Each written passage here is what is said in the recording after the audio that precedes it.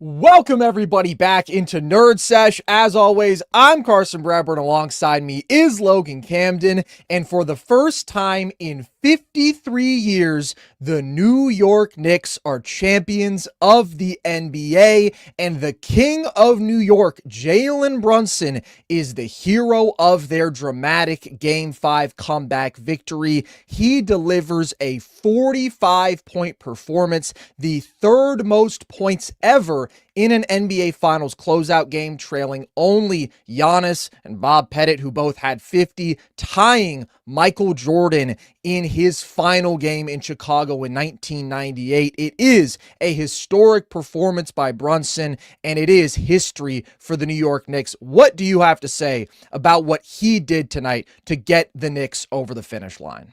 I guess he can be the best player on the finals winning team, huh, Carson? Sure looks like it.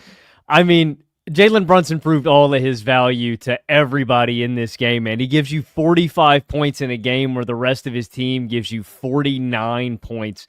This is a game that the Spurs, deep into this game, had a 25-2 bench points lead. They end up winning that battle 32-9 in this game. The Knicks don't get a point from their bench until late in the third quarter with a minute left off of a Jordan Clarkson floater. This is a game where the other starters only give you 40 points for New York. That includes a two-piece from Karl-Anthony Towns doing his best 50% of Chet Holmgren impression. Cat could barely stay on the floor in this game. He ends up fouling out, and Brunson just consistently over and over again delivers. Like, this is a finals MVP kind of performance from Jalen Brunson, and I think he deserves it and earned it over these last two games. You mentioned it.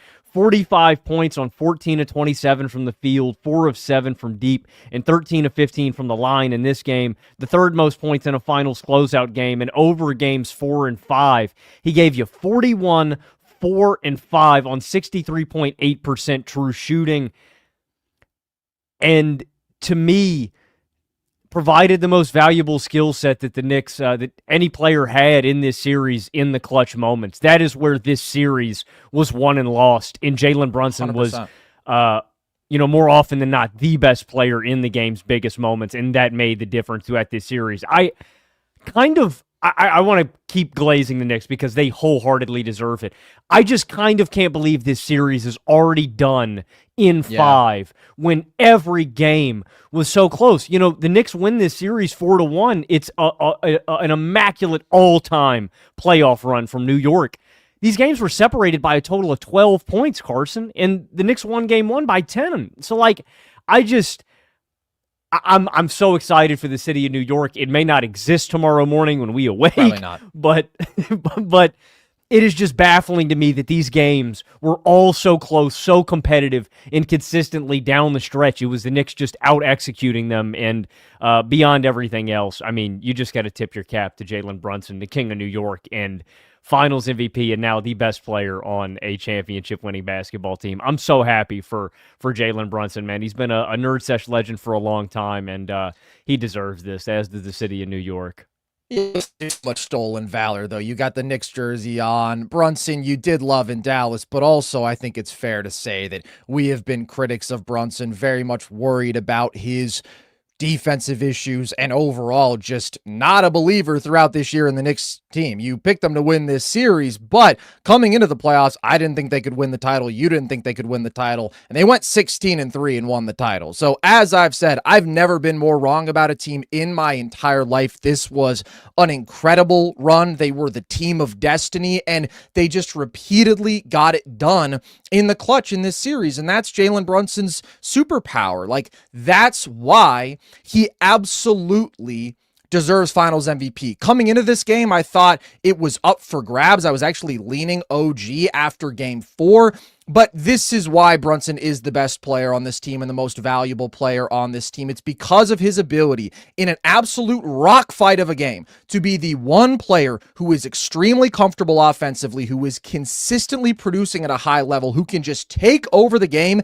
and make it look routine. Like, This is an unforgettable performance out of him. It really is. To deliver 45 in a low-scoring, grimy, gritty game like this against an elite defense when your teammates are giving you very little on the offensive end, it is the definition of an offensive backpacking in the most important, most high-stakes spot you can possibly be in. With everything on the line, he delivers an all-time great scoring performance and was making it look pretty easy out there. Like, he was hot from three, especially early in this game, but just looked so comfortable getting to the same stuff he always does. Some very savvy foul drawing, really effective driving when they didn't help aggressively, and was just shifting past everybody, getting to his left hand. One of the best things he did in this game was repeatedly attack in transition and get early offense where they weren't able to set up,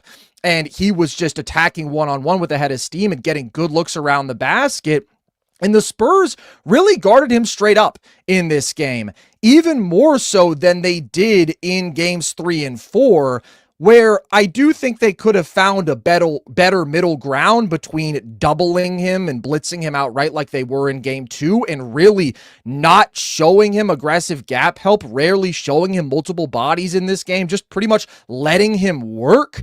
And I thought their failure to make life a little harder on him when nobody else was getting involved in the offense, nobody else was really doing anything, was another failure of the Spurs in this game. But also, like, it's just brilliant shot making. It's brilliant one-on-one offense from Jalen Brunson. And it's something that there ultimately isn't really an answer for. And the ability to put the team on his back in a closeout finals game, it's like Clyde Frazier in Game 7, 1970. Like, it's going to go down as one of the greatest performances in Knicks history, and I can't give him enough credit for that. So that is the biggest story of the game, but the flip side is what you were talking about, which is the fact that the Spurs melted down again, and it was so predictable. Like, once the lead was at 7 with like 6 minutes left in the fourth, I was like, yeah, the Spurs are cooked. They're not winning this basketball game because they looked so tight. They looked so uncertain of what they wanted to do offensively. People were scared to shoot the ball. Devin Vassell can't grab an uncontested rebound. Wemby misses a free throw. Like, it was the same old story of them just shrinking and collapsing in that moment, while Jalen Brunson is just proceeding as if this is business as usual. And that's such a superpower. The mental toughness that he has, the conditioning that he has, where he just gets better as the game goes on and he can give you 40 plus minutes and not wear down at all. He had 29 points in the second half today. In the fourth quarter in this series, he averaged 11.2 points per game on 63% true shooting. Like, in the biggest moments, he was consistently the best player on the floor. And in a series where every single game was extremely tight, every single game was decided in the last couple minutes, that was the difference. Like, you can look at this series and pretty easily convince yourself that the Spurs were the better team, but when it mattered most, the Knicks were the much better team, and that's where Brunson was phenomenal and the Spurs just consistently fell apart. Yeah, I mean, and this is the legacy-defining series for Jalen Brunson. Like, I do think that he is, even though it wasn't consistently great end-to-end, I just think the clutch performance is like, and this is about the Knicks team as a whole and everybody and all the sum of their parts, obviously, right? But, like, I do think that Brunson has cemented himself as an all-time small guard. Like, you know, people called it impossible. You look through NBA history, it's not impossible. If it's Isaiah Thomas, if it's Steph Curry, I think Curry's in a class of his own, right? Because, like, he's more so the sole engine. I think this is more similar to, like, an Isaiah Thomas where it is the sum of its parts. But, I mean, what Brunson did in the clutch, and it's like, we shouldn't be surprised at this point, man. We mentioned it throughout the playoffs, and that's why I'm kind of more so mad at myself for doubting the Knicks throughout this year, because they have a guy like Brunson. He's got the most valuable skill set that you can have in the playoffs. Yes, he's going to give you some back defensively, and I actually thought that he was going to be more debilitating in that category throughout the playoffs. But the guy has averaged 30 points per game every single year, or over the totality of the years in the playoffs since he joined the Knicks. They have an offensive rating of nearly 120 with the guy on the court since he joined them. Like, that's kind of what's so fascinating to me about Jalen Brunson, man. all of his buckets are so hard. That's why none of the tough buckets in the clutch feel like they're that difficult, because the guy's so small. He's an anomaly, man. The guy's been an underdog. Like, he's always defied the odds, and like that to me is just a testament. Every bucket is always tough for this guy because he's always fighting an uphill battle, and that's why in the big moments it doesn't feel any different for him because it's just as tough as it normally is, and he's one of the best clutch players in basketball, and just one of the guys that you trust the most when the game is on the line in the sport today, man. And he could be number one. I think that's a very valid take. I think he's the best clutch scorer in the NBA. I think the variety he has as an on-ball shot maker, I think the ability to protect the basketball and specifically the tough shot making, like you're saying, and the conditioning to where he is still in such a good spot physically late in the fourth quarter, like what he has done year after year, topping the league in terms of playoff fourth quarter scoring. It's just such a great resume on that front.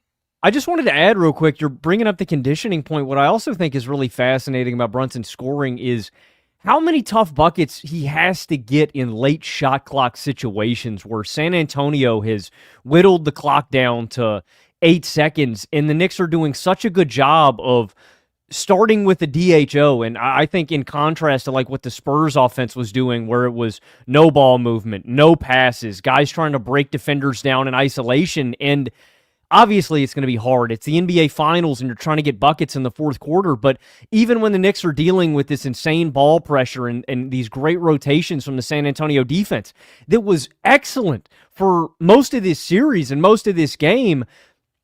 They're getting into that action with very little time on the clock. And even in these environments with super tight ball pressure that are getting guys involved in the action, and with 8 seconds or less consistently, man, Brunson is still getting to his spots. Like, it's so hard. It's just kind of unbelievable how efficient and how successful he was, just considering all of the circumstances in tonight's game and the lack of contributions from anybody else down the Knicks roster. Right. And I have very much pushed back on the narrative that it's Brunson and the Brunsonettes. That stuff has gotten on my nerves because I'm like, this is a really great collective team that the Knicks have built. And in games 1 and 2, Cat was the best player on the floor. And in games 3 and 4, I thought OG was actually their best player overall. And it was about those three and the depth and the coaching and everything that this team was doing well as a collective unit. Tonight really was about Brunson. I mean, the Knicks defended pretty well as a team. I thought it was more so just the Spurs offense being really bad. And De'Aaron Fox, I truly have no words at this point. We'll get to that in a second. But that's another reason why the contrast is just so glaring when the Spurs are trying to run their clutch offense through a 7'4", 22-year-old who, if he doesn't get a deep catch, still isn't comfortable creating one-on-one offense from the perimeter against a guy like Cat, especially, who's guarded him well, but also just in general in these tight,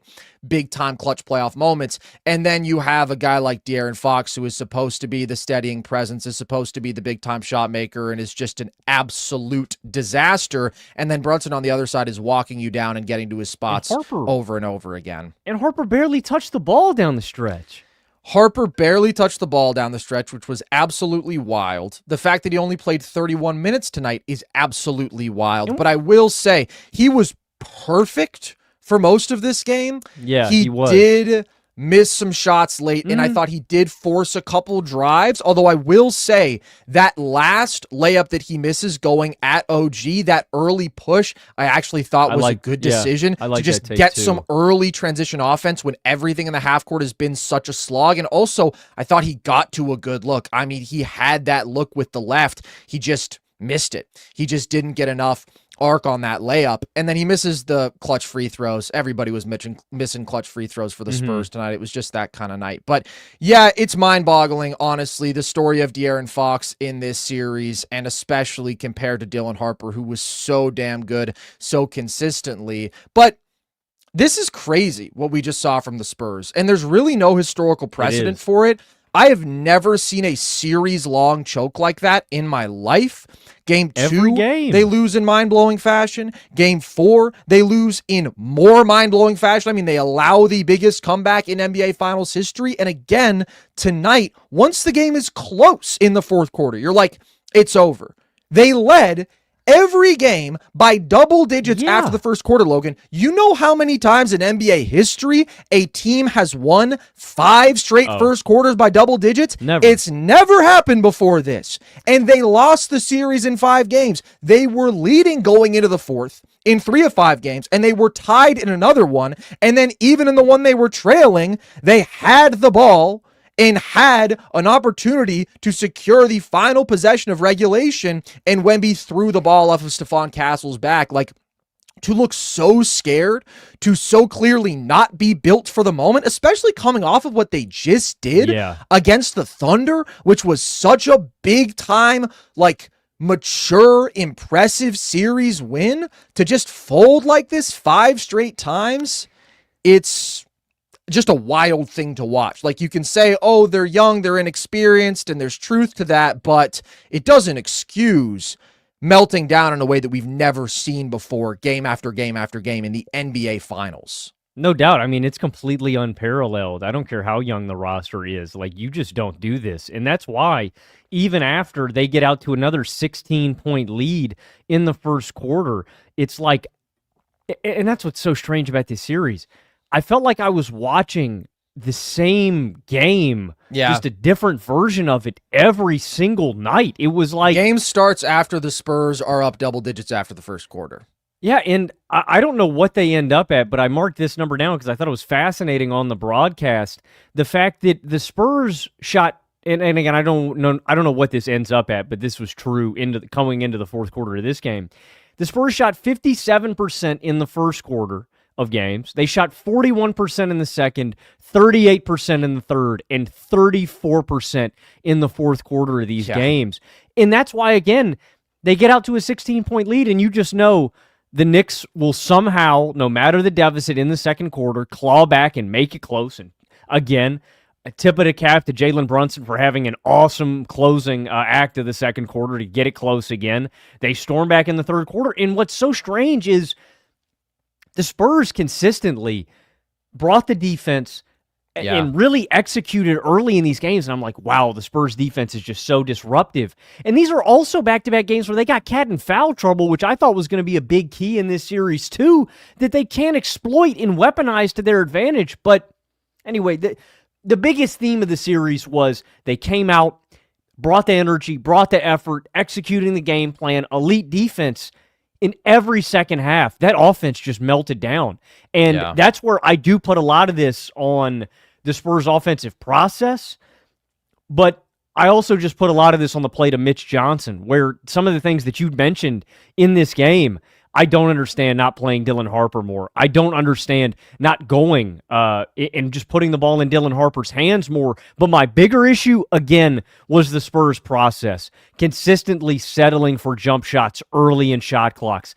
Stagnant offensive possessions where guys are trying to win one-on-one off the dribble. And more importantly, nobody getting involved in actions. One of the things that I love about the Knicks, no matter where they are in the shot clock, no matter who has the ball, dribble handoff, pick and roll. Good things happen when you involve defensive players in the actions because you're forcing defensive players to make decisions. And when you're just allowing the defense to stand there and defend you one-on-one, it gets really simple, really stagnant, and really easy. And I just think it is a catastrophic failure across the board for the Spurs offense in the second halves of these games, man. On Mitch Johnson's personnel decisions, on the X's and O's, on what guys were doing on the floor, and honestly, the two guys that I'm most disappointed at with are obviously De'Aaron Fox. This is a catastrophic and disastrous series from him. I think he has to get traded in this offseason. And then I am just completely disappointed with Victor Wembanyama, man. Like, I can sing your praises. I can talk about how you are going to eventually be the GOAT, how I think you're already the best player on the planet. You can't do this in the clutch consistently over and over again in the fourth quarter. You're just showing me who you are and the flaws in your game. And, like, obviously, Wemby is going to get better. But even for such a young player, this is so disappointing, man. Like, he fell apart in the clutch of these games as well, and he deserves a lot of the blame pie, man. He does. But we have to start with De'Aaron Fox 100%. because it's one of the most catastrophic performances from a number 2 in NBA Finals history, and he's not their second best player. Harper he's not was their the second leading scorer in the series. Harper was way better. But you know who's getting paid like their second best player? Yeah. You know who's getting paid like a number 1 option? De'Aaron Fox, who is going to make over $220 million over the next 4 years when he is 7-8 years older than these two guards who are both better than him now, are going to be substantially better than him, and Dylan Harper was infinitely better than him in this series. Over the Western Conference Finals and the Finals, De'Aaron Fox averaged 12 points per game on 42.7% true shooting. He shot 42% on two-pointers and 24% on three-pointers. And in the fourth quarter of the NBA Finals, when he is supposed to rise, when he is supposed to be the guy who can match Brunson, when he is supposed to be the stabilizing force for this offense, he shot 4 of 15 from the field with more turnovers than assists. And in this game, it was actually excruciating to watch him settle repeatedly for these pull-up middies that he has been bricking the entirety of these last 2 rounds, and there is nothing else to his game offensively. That's it. Like, he is just not nearly impactful enough to justify the money that he's going to make, but the least he could do is actually make some of these tough shots in big moments. And instead, it's like, why is he in the game? Why is the ball still in his hands? Why is it not in Dylan Harper's? Why was it in Stephon Castle's tonight when he shot 1 of 10 from the field? Like, some of these possessions, His you're just only like, are they was the thinking? putback dunk, bruh. Yeah, genuinely. And yet there's a possession where he just like is dribbling against Josh Hart for like 12 seconds and then takes this heavily contested fading midi, and Dylan Harper didn't touch the ball. So there's really no logical explanation for this. It was terrible for Mitch Johnson. It was all-time disgraceful stuff from De'Aaron Fox. Castle was a disaster tonight. The only thing he could do was hit a skip pass. His scoring was non-existent or get fouled sometimes. By the way, he shot 3 of 17 over the last 2 games, so I don't want to bail out Stephon Castle. His only offense was getting to the free throw line these last 2 games. Like, that's really bad all around. And then Wemby, second straight second half, just didn't step up like they needed. He wasn't 3 of 14 like he was last game, but it was a quiet second half out of him. And once again, they just weren't able to get him good offense in the clutch. And he misses a clutch free throw. And like, you just have that feeling that he's not comfortable. He's not confident with anything. And it's how the entire Spurs team felt. Like, even there's one possession where Devin Vassell actually hits a pretty tough midi, but he passes up on a wide open 3. And you're like, what are you doing? Like, that's your shot. That's what you're out there to do. It was just hesitation and uncertainty and bad possession after bad possession. And I think it got worse as the series went along. Like, that's the moment where it felt like, all right, I think game 4 actually was the death knell for them. I think that was the dagger, because they came out and they played well for 3 quarters. Their defense was really good, but once they got in a spot where it was like, oh my God, are we going to give this game away again? Are we going to fumble this again?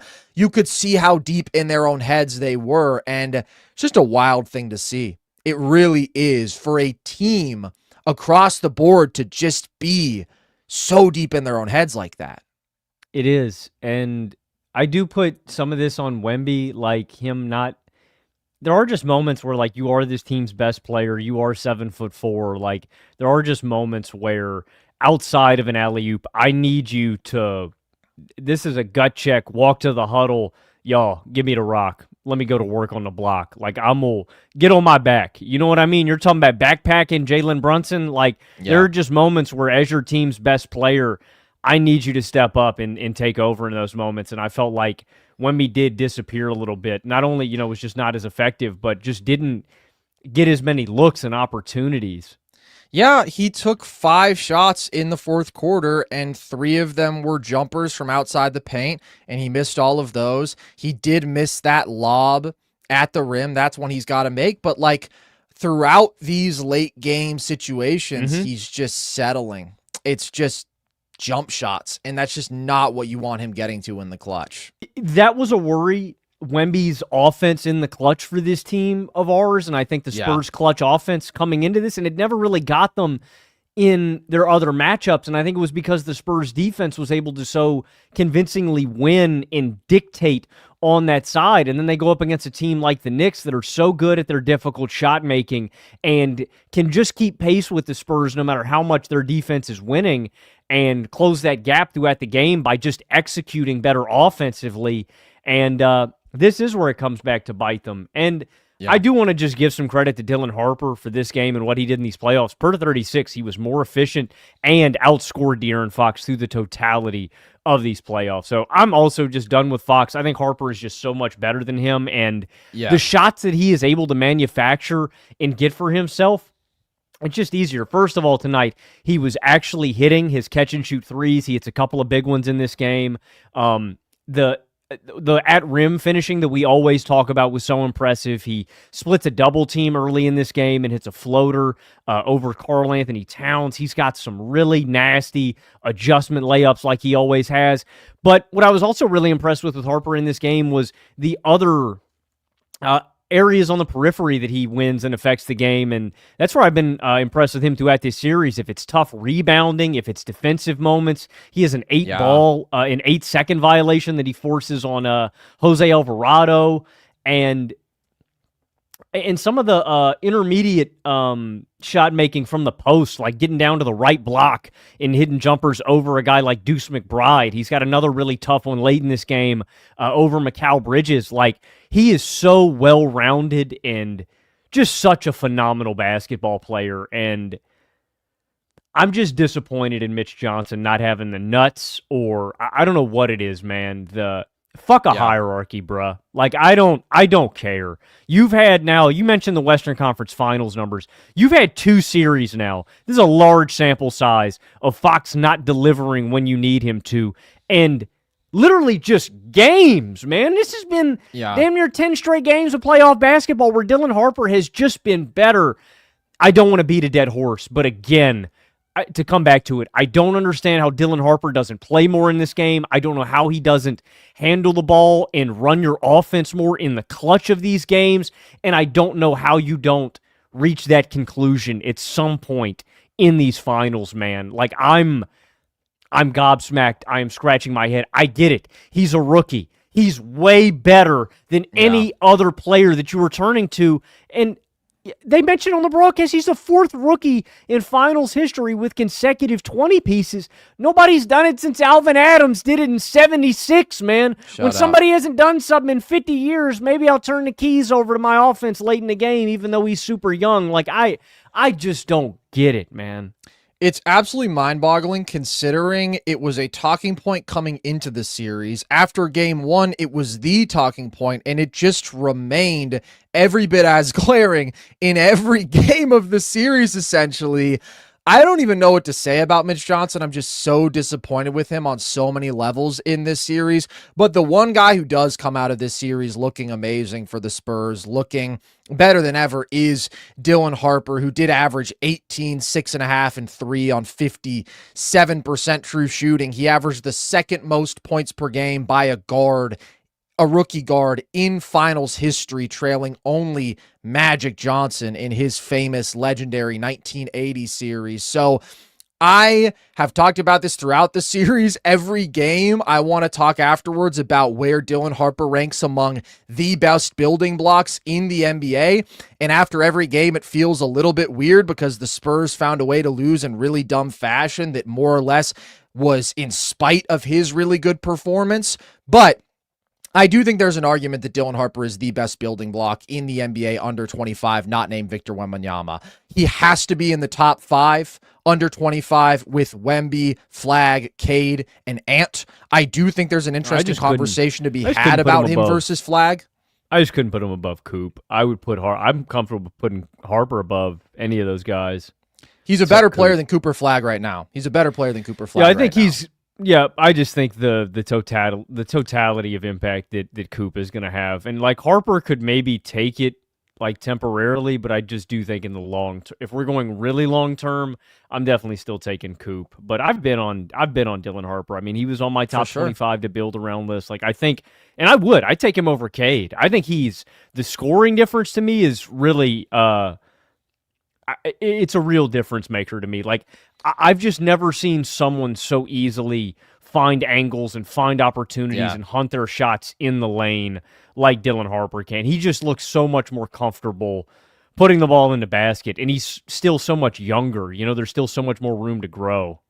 Compare him to both Ant and Cade, and some people may point to the counting stats, but he is a substantially better player as a rookie than either of them were. They 100%. Had more opportunity. Neither of them could have come close to the level of impact, efficiency, consistency offensively that he just delivered in a run to the NBA Finals. He was his team's second best player, and he was their most consistent offensive player, and they could have, maybe you could say should have, won the NBA title, and it's damn sure not his fault that they didn't. Like, no rookie guard should be able to do that. And his superpower, the ability to get deep in the paint whenever he wants and pair that with god-tier finishing, he is today a substantially better driver and finisher than Ant and Cade are today. Yeah. Like the level of craft and athleticism that he has, the body control, the ability to carve out angles, the physicality, the length, the touch around the basket,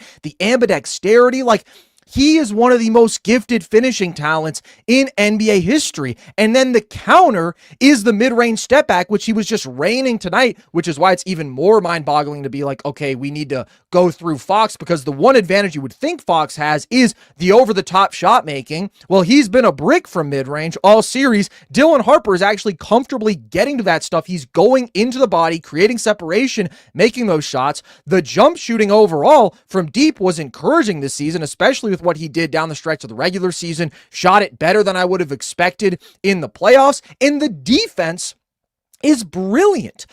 He was probably the best Brunson defender in this series. And Stephon Castle is on the floor. He made a couple undisciplined plays in this game. He fouled him a couple times, but he was excellent on him. Like, he is doing an unbelievable job of applying pressure, staying in front, staying attached. Like you said, I mean, he picks up full court and forces an 8-second violation on Alvarado. He blocks Jordan Clarkson from behind. Like, the ability to pressure the paint relentlessly and finish as efficiently and consistently as he can, where he can be the best downhill paint guard in the NBA.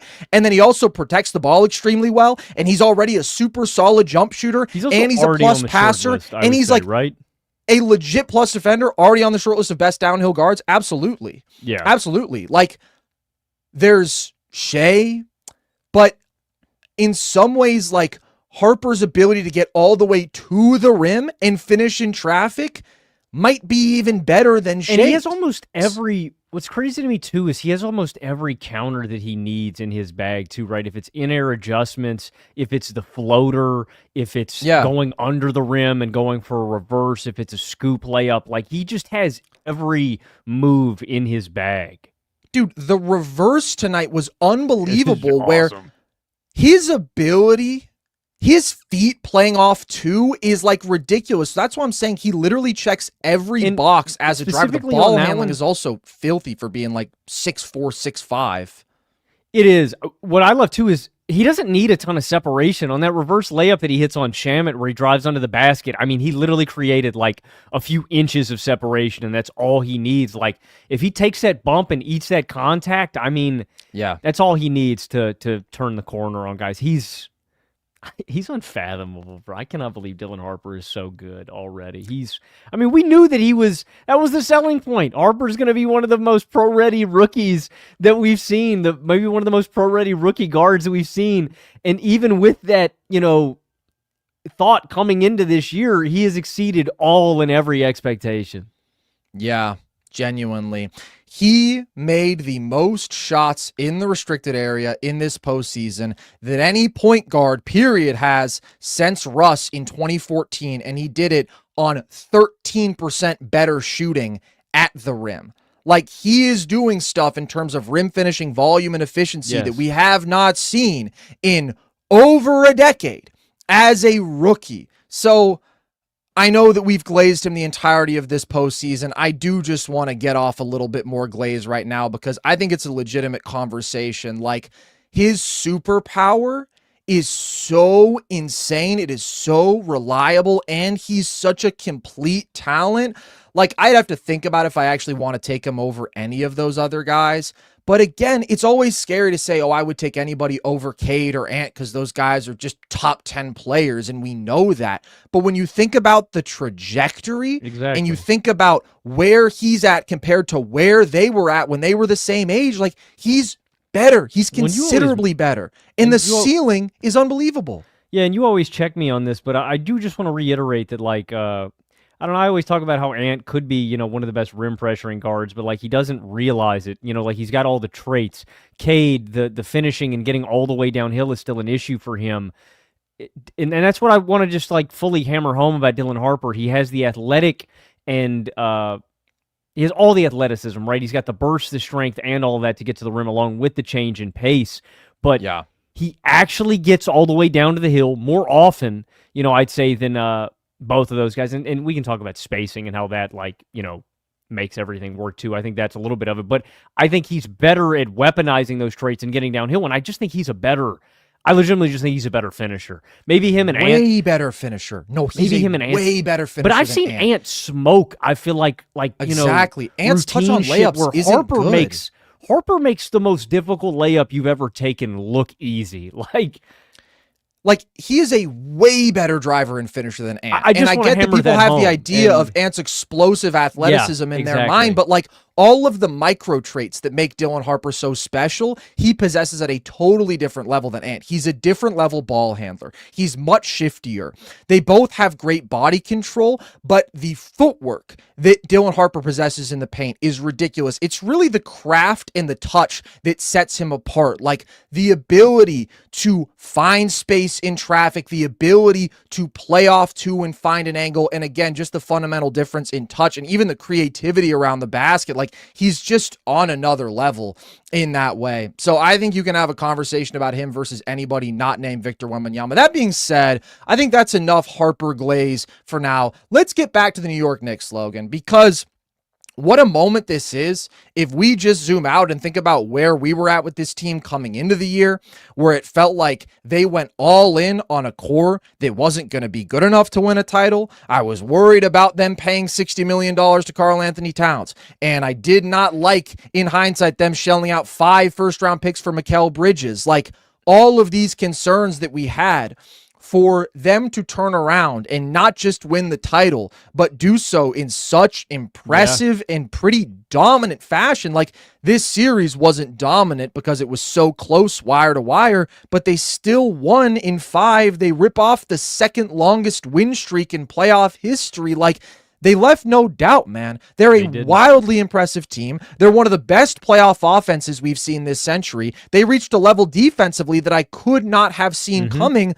And in some way, this is just a beautiful run for every player involved. Brunson, I think it's obvious with what he did tonight. But OG Anunoby, I understand he finally had a quiet game, but what he did in this series and in these playoffs, when you're talking about 20-plus points per game on 70% plus true shooting with out-of-this-world defense and the big-time shot making out of him and the great, unforgettable 2-play clutch sequence he had in game 4 with the block and then the tip in. Like, he just cemented his status as possibly the greatest player to never be an all-star in NBA history. And Karl-Anthony Towns, this is a very unfortunate end to the series. I thought that he was hideously bad tonight, and he overall just struggled in the last 3 games of the series. Lots of foul trouble, and I thought the Spurs did a really good job of guarding him with wings, and Wemby was disruptive as a helper. Wemby also just stayed in front of him on drives tonight, and it was in many ways a reversal for Cat, where he was so efficient, so good offensively in the first 2 games. Also tonight, the doubles were rattling him. He had 5 bad turnovers. Like, he was awful tonight. But also, they don't win the series without what he did in the early part of this series when he was defending Wemby at an extremely high level and also was posing problems for the Spurs defense and for Wemby's defense like nobody else that we've seen, with his ability to space the floor at such a high level and attack from the perimeter at such a high level. Like, it really is a story of everybody chipping in. And it's a story of Mike Brown overhauling this offensive system and making this team substantially better on that side of the ball, unlocking a different ceiling, getting everybody to buy in on all these little changes, more off-ball movement, more playing with pace, more using Cat as a playmaking hub and a passer, and all that stuff paid off in a big way. Mikal, he had his ridiculous run of shot making. Various bench guys had their moments. Landry Shamet had his moments. Jose Alvarado had his game 4. Mitchell Robinson, he had a rough series, but he secured the biggest offensive rebound in Knicks history tonight, possibly. Josh Hart obviously had a couple of phenomenal moments. Like, just credit top to bottom. Man, it's a really cool run. The city of New York is probably already burning as we speak, but what a surprising and yet wonderful champion. I did not see it coming, and I will be flogging myself accordingly, because I'll say it one more time. I don't think I've ever been more wrong about a team than I was about these Knicks. Just completely wrong about them. But now that it's all over, like, what a run, dude. Credit to everybody involved. I mean, it's just awesome to be a part of it and to experience it live in the flesh. Yeah, the Knicks are like the island of misfit toys, man. Like, you think about where these guys came from, the Mavericks not wanting to give Brunson an extension, Bridges coming over from Phoenix, and then Brooklyn, OG, coming over and him being a big-time acquisition. And that's where I want to give the Knicks front office and their management a ton of credit for seeing the vision and seeing the value of these players that other guys didn't. Brunson specifically, I loved him in Dallas. You loved him in Dallas. We thought he was a really great player. I can't say that I ever expected him to ascend to this kind of superstar unstoppable level. I was like, this is a good value contract. He's going to be a good player for the Knicks. I didn't see this happening. OG Anunoby becoming the level of jump shooter that he has become, and just a complete offensive player and closeout attacker, along with the great defensive asset that he is. Karl-Anthony Towns rounding out his game and becoming a playmaker. It really is, man. And so I want to give them for continuing to grow as players, but also for the Knicks seeing the long-term vision as a front office going, we think this team build works. We think that if we get these very specific pieces that fit into place, that they can cover up for some of the shortcomings of our other superstars. And by this, I'm using the example of like OG and Bridges defensively covering up for like guys like Cat and Brunson. The biggest difference to me throughout all this is Mike Brown, though. And I find it incredibly ironic that the Sacramento Kings are the team that set the stage for this NBA Finals. I think back, and I also found this incredibly ironic. Mike Brown got fired after a game against the Detroit Pistons, I think, because of De'Aaron Fox. It was a game where I remember watching this live, and it boiled my fucking blood because, one, it was just such a catastrophic mistake at the end of that game, but also because Mike Brown was exactly right. It's 100 to 103, and De'Aaron Fox is sagging off of a shooter in the corner, and I can't remember who it is for Detroit, but he catches it, he puts up the three. There shouldn't have been a closeout opportunity available because Fox is sagging off, and in his closeout opportunity, he fouls the shooter. The shooter makes the three. He gets an and one, makes the free throw. The Kings lose a game they should have never lost in regulation. Doesn't that sound about right for the San Antonio Spurs in this series, right? That's the De'Aaron Fox special. There's some layered irony in all of that. And after the game, Mike Brown comes out, and he delivers a very stern, direct message. And he was just honest. He said that should never happen. De'Aaron Fox is too smart. Like, he puts it on, and that is on Fox. And after that, Mike Brown got fired. It pissed me off because the Kings were as successful as they had ever been under Mike Brown. He got them back to the playoffs. He maximized the talent in Sacramento. And if you look back, inflated the value of some of those guys even after he was gone. Gets run out of town there. And the Knicks massively improve without a guy like Tom Thibodeau, who ran his starters into the ground, never played the bench, never played the right guys. And this year, it's just a complete redemption story from everybody on this Knicks team, but more so than anybody else, it's a redemption story for Mike Brown, man. He's the guy that I'm happiest for. He had found success with the Kings, had brought them more success than they had had in 20 years, and they boot him because of that one bad moment and bad game when I thought he was an excellent coach and proves that value. And I just thought got the most out of all of his team. It's just such a good redemption. It's the best story in sports, man. There's nothing better than it. And it's kind of awesome too, man. I don't know. I don't want to draw too many parallels, but like I think about the NFL, the Super Bowl that we just had. Sam Darnold and the Seahawks, right? Darnold was a guy that was kind of cast aside by the New York Jets and was backing up PJ Walker for the Carolina Panthers. And like, to me, it's the best story in sports, man. A team that has been counted out with a bunch of players that have been counted out, and they don't care. They don't listen. And the Knicks got it done. It's one of the best redemption stories in sports, man. It's also just an incredible moment for the league. This finals series probably felt bigger than any one that we've seen since 2016. And just the level of cultural significance that it had was really cool. Obviously, the Knicks being involved is a huge part of that, but the Knicks versus Wemby just elevated it. And the fact that the basketball was just so good, man. Like, I do want to take a moment to appreciate we got 5 straight games that all went down to the wire. It's probably wire to wire just in terms of every single game having a dramatic clutch ending like that, where the game is in the balance in the last couple minutes. The lead changed hands in the final 4 minutes of every single one of these games. The closest final series that we've seen in that sense. Like, the average margin of victory was 4 points in this series. The biggest margin in any single game was 10 points, and that was a game that the Spurs led by 1 point with 2 minutes remaining. So that was still as close as can be. Like, I really don't think there's any comparison for that. The 69 finals, very close throughout. The 84 finals, very close throughout. The one that a lot of people will point to is the 98 finals, because 5 of 6 games in that series, I think, were decided by 4 points or less. They were super close. There's also a 40-point blowout in there, though. There was the 96-54 game. So the 75 finals also kind of weirdly like this one. Not a close series in terms of it was a sweep, but every game was close. But I still think, like, in terms of every single game being this riveting and exciting and having everybody so emotionally invested and on the edge of their seat, with the biggest fan base in the sport involved against the rising phenom and best player in the world, like, you just can't beat that. You can't beat the spectacle of that. And so I just think this was a very fitting end to this season. It was a great matchup, and it totally lived up to the hype. And absolutely, like you're saying, a redemption story.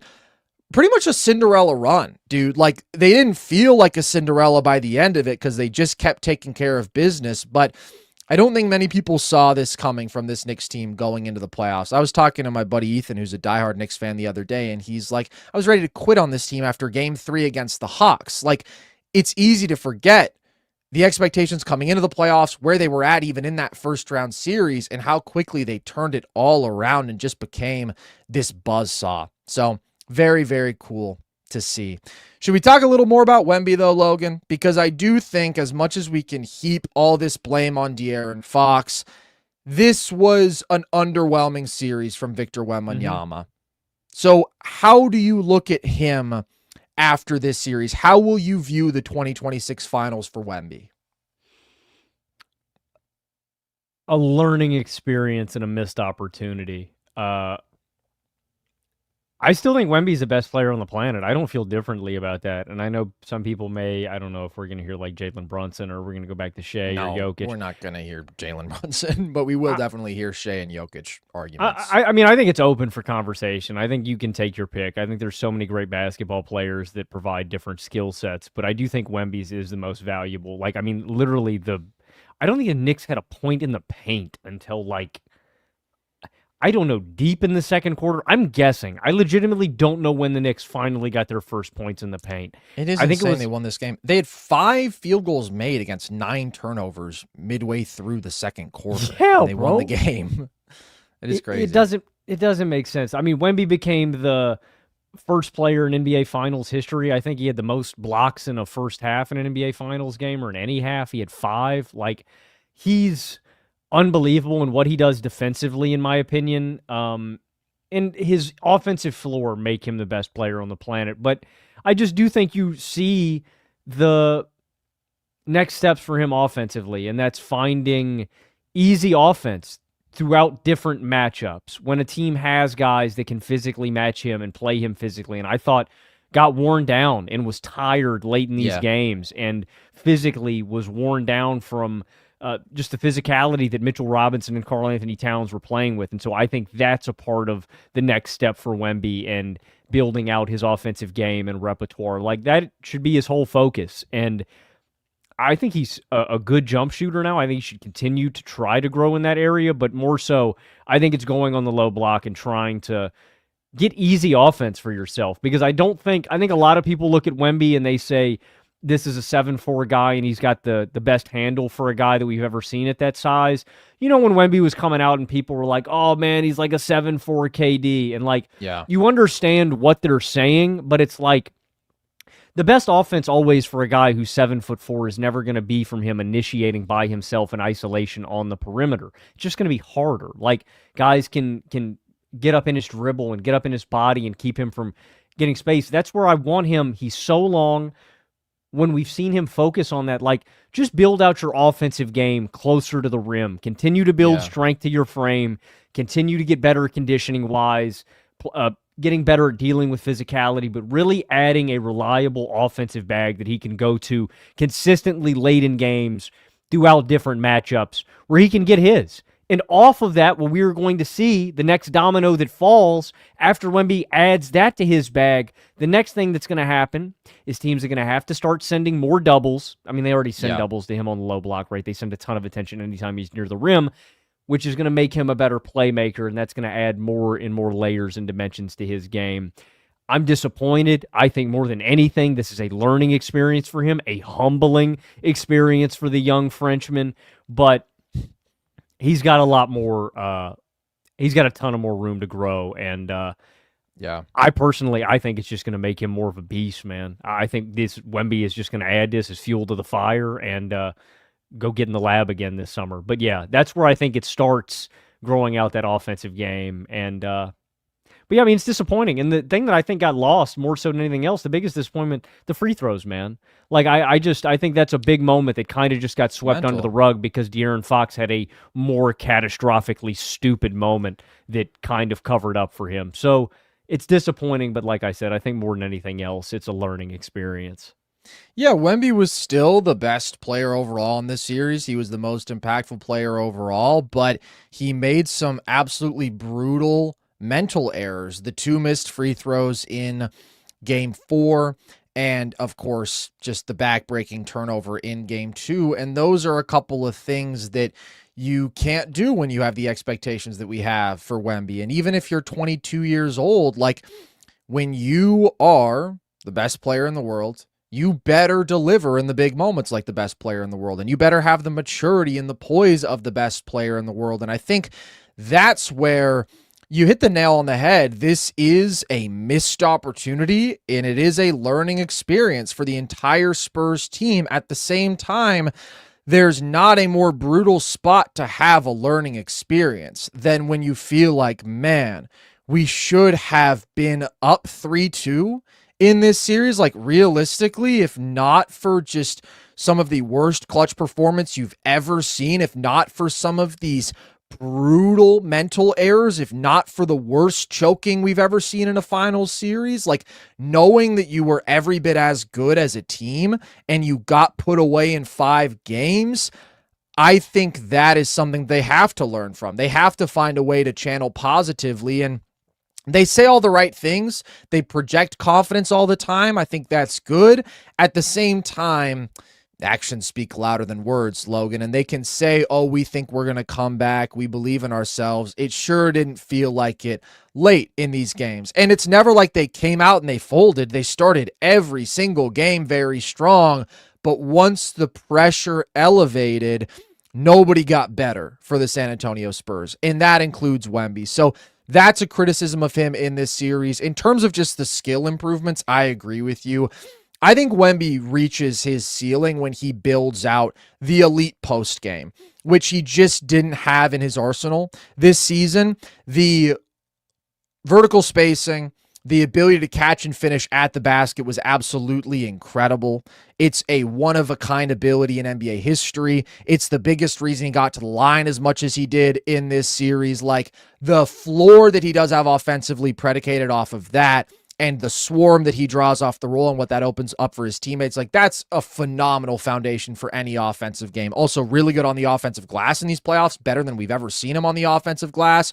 But outside of that, he does live off of the jumpers a fair bit. And he was 26% for mid-range in these playoffs. That's where, like, if you get him to a spot where he's taking a face-up 17-footer, or he doesn't really even take the turnaround much, but, like, that's a shot that could become an unstoppable move in his arsenal, where it's not a hyper-efficient shot, but nobody can contest it. So if he can just get to that and make 45% of those consistently through a postseason, that changes who he is as an offensive player, makes him a more legit number one in the clutch. And then the three ball, he just didn't shoot well in this series. Wemby is a pretty good three-point shooter, but it's obviously less reliable, more susceptible to variance than what you think his peak offense in the paint and even out of the post can be. So some of it is just going to be continued shooting improvement. Some of it is probably going to be adding a little bit more strength. The thing that I think stands out as maybe the biggest long-term concern for Wemby, though, is the conditioning, simply because he's trying to do something that no 7'4" human has ever done before. We've never asked a 7'4" guy to play 44 minutes like he did in Game 4. And there's no question that his effectiveness deteriorated as a lot of these games went along on both sides of the ball. And I thought that the Spurs were very conscious about only playing him 38 minutes tonight and actually getting him some rest. I mean, even 5 minutes to go in the fourth quarter, they pull him for a minute of rest because they saw that same thing where he just wasn't as effective as the game went along. So I don't know what to make of that. I don't know if that's something that he's going to be able to overcome. Again, he's already playing minutes that we've never seen a guy of this size take on. So we'll see. I'm sure that's going to be a big point of emphasis. That's the one thing where I'm like, I just don't know. Can he get better? But there honestly were a few things where I walked away from this series and I was like, I expected more out of Wemby. I still think he's the best player in the world, though. I agree. They still won his minutes by 8 in this series, by the way, which is crazy. The reason I still think that Wemby is the best player in the world, like, even though the Knicks were the best counter that we've seen for his defense, I think the Knicks still only posted like a 108 offensive rating in this series. And in this game, oh my God, the first half that Wemby had defensively was absolutely ridiculous. Like, the plays that he was making as a helper, he rotates out and blocks an Alvarado corner three. He doubles Cat and then recovers to block Shamit off of a cut. Like, you just can't overstate the fact that he is still the greatest defensive player that we've seen this century. I think he actually cemented that in this run when you're talking about the peak that he's at right now. And so the fact that his offense overall in the playoffs held up as well as it did is encouraging. Like, he was the best offensive player for a good playoff offense. There's just a few of these improvements that still need to be made on the margins. But I think when you look at their ability to win his minutes every single game, it's a testament to his impact, how monstrous it is on both sides of the ball, even when he doesn't have some of these big box score games. But I also do think, like, him not being super impressive in this series does reopen the conversation. If you're like, hey, actually, I do prefer Shea's half-court offensive mastery, that one's a little bit tough for me when we see how effective Wemby's defense is against Shea, but also it's not one-on-one. Shea's also dealing with Castle, and he's also dealing with an offensive infrastructure around him that is not ideal. Jokic, there's an argument because he's actually been kind of impervious to Wemby's defense. So I think if you want to make a case for one of those three, I'd hear it. I do still think, though, Wemby was the top dog in these playoffs. He was the most impactful player, and coming off of the great regular season he had, I think he earned that title. And we'll see how much better he comes back next year. He's got to get back with the Monks. Maybe the whole team needs to get back with the Monks. Or maybe the Monks actually don't help the mental stuff. I don't know. They got to do something so they don't choke like this next year. Yeah, I'd get rid of De'Aaron Fox. That's what I would do first. That's a good start. Easier said than done, though, because who is taking on that contract? It's a great question. I do want to circle back to the Wemby conditioning point just for a second. Yeah. Just because I think it's a really good one, and I think it is something to keep track of long term. Like you mentioned, when we think about some of these other big men in NBA history, it is an anomaly, right? If it's Ralph Sampson or if it's Yao Ming, like it is really just KP. physically. Yeah, it's really just hard on guys this tall, this size, on their bodies. It just makes it that much harder. All of their organs, it's working that much harder to support them and get up and down the court. And one, I think it's a factor in why the Spurs kind of tailed off routinely throughout this series. I mentioned that field goal stat, the field goal percentage throughout each quarter. I think that's a component in it. But my bigger concern... and their defense was also getting worse as games went along. And so my biggest concern in all of this, for one, is like we're saying, is this going to be a persistent issue with Wemby where you have to manage his minutes so he's not, dwindling down and this worn out?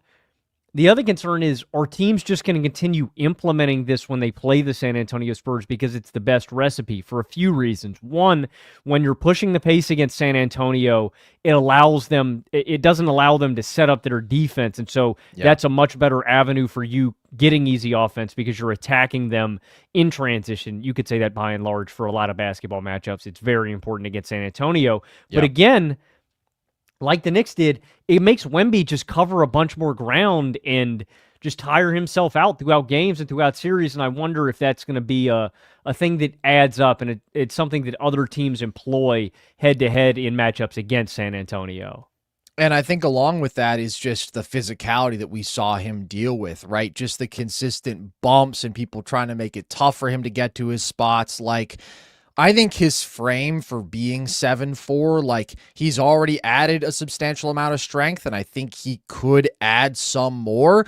But again, even though I think Wemby is the future GOAT, like you can't build a literally perfect basketball player. So I don't know if he can reach a level of conditioning we've never seen from a 7'4" guy, if he can fill out in a way we've never seen from a 7'4" guy. Like those things are possible, but maybe those are a couple of the challenges he has to deal with throughout his career. Ultimately, the biggest reason that I picked the Spurs to win this series in 7 was because I was so confident in Wemby being the best, most dominant player on the floor. And he was the best player in this series, but not by the margin that I expected and not in the biggest moments. And I am disappointed in him for that. We've talked already about people trying to compare this to 2011 LeBron. There's no comparison for that because A, Wemby was much better in this series than LeBron was in 2011. B, the expectations are not comparable when you're talking about a 22-year-old compared to a 26-year-old who was coming off back-to-back MVPs and who had gone to form a super team, who was viewed as a considerable favorite in that series, and they had the big three, and they had promised championship after championship after championship.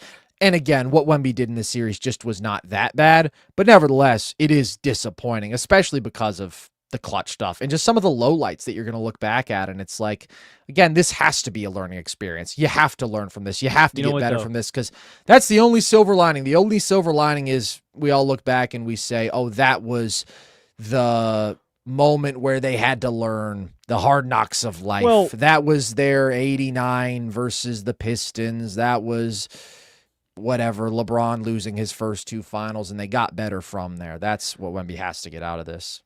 Well, who really won this series? Because the Cavs are up analytically, and Wemby's in Mitchell Robinson's head. So that's really all that matters. That is a fantastic point, Logan. And with that, we're going to take a quick break. Congratulations to the Cleveland Cavaliers on winning the NBA title. Also, congratulations to the New York Knicks for actually winning the title. We will get to all of your guys' questions after a quick break. This episode is brought to you by Shopify. Guys, starting your own business is not easy. It's scary. Whatever industry you're in, there's a million different things you need to figure out and keep track of, with new challenges that you didn't even think of popping up every day, and it can be overwhelming. That's why finding the right tool to help you run things and simplify everything makes all the difference. And that's where Shopify comes in, having done just that for millions of businesses. And it's never been easier to get your business started with Shopify's own design studio. They've got hundreds of ready-to-use templates to instantly build an online store and hit the ground running.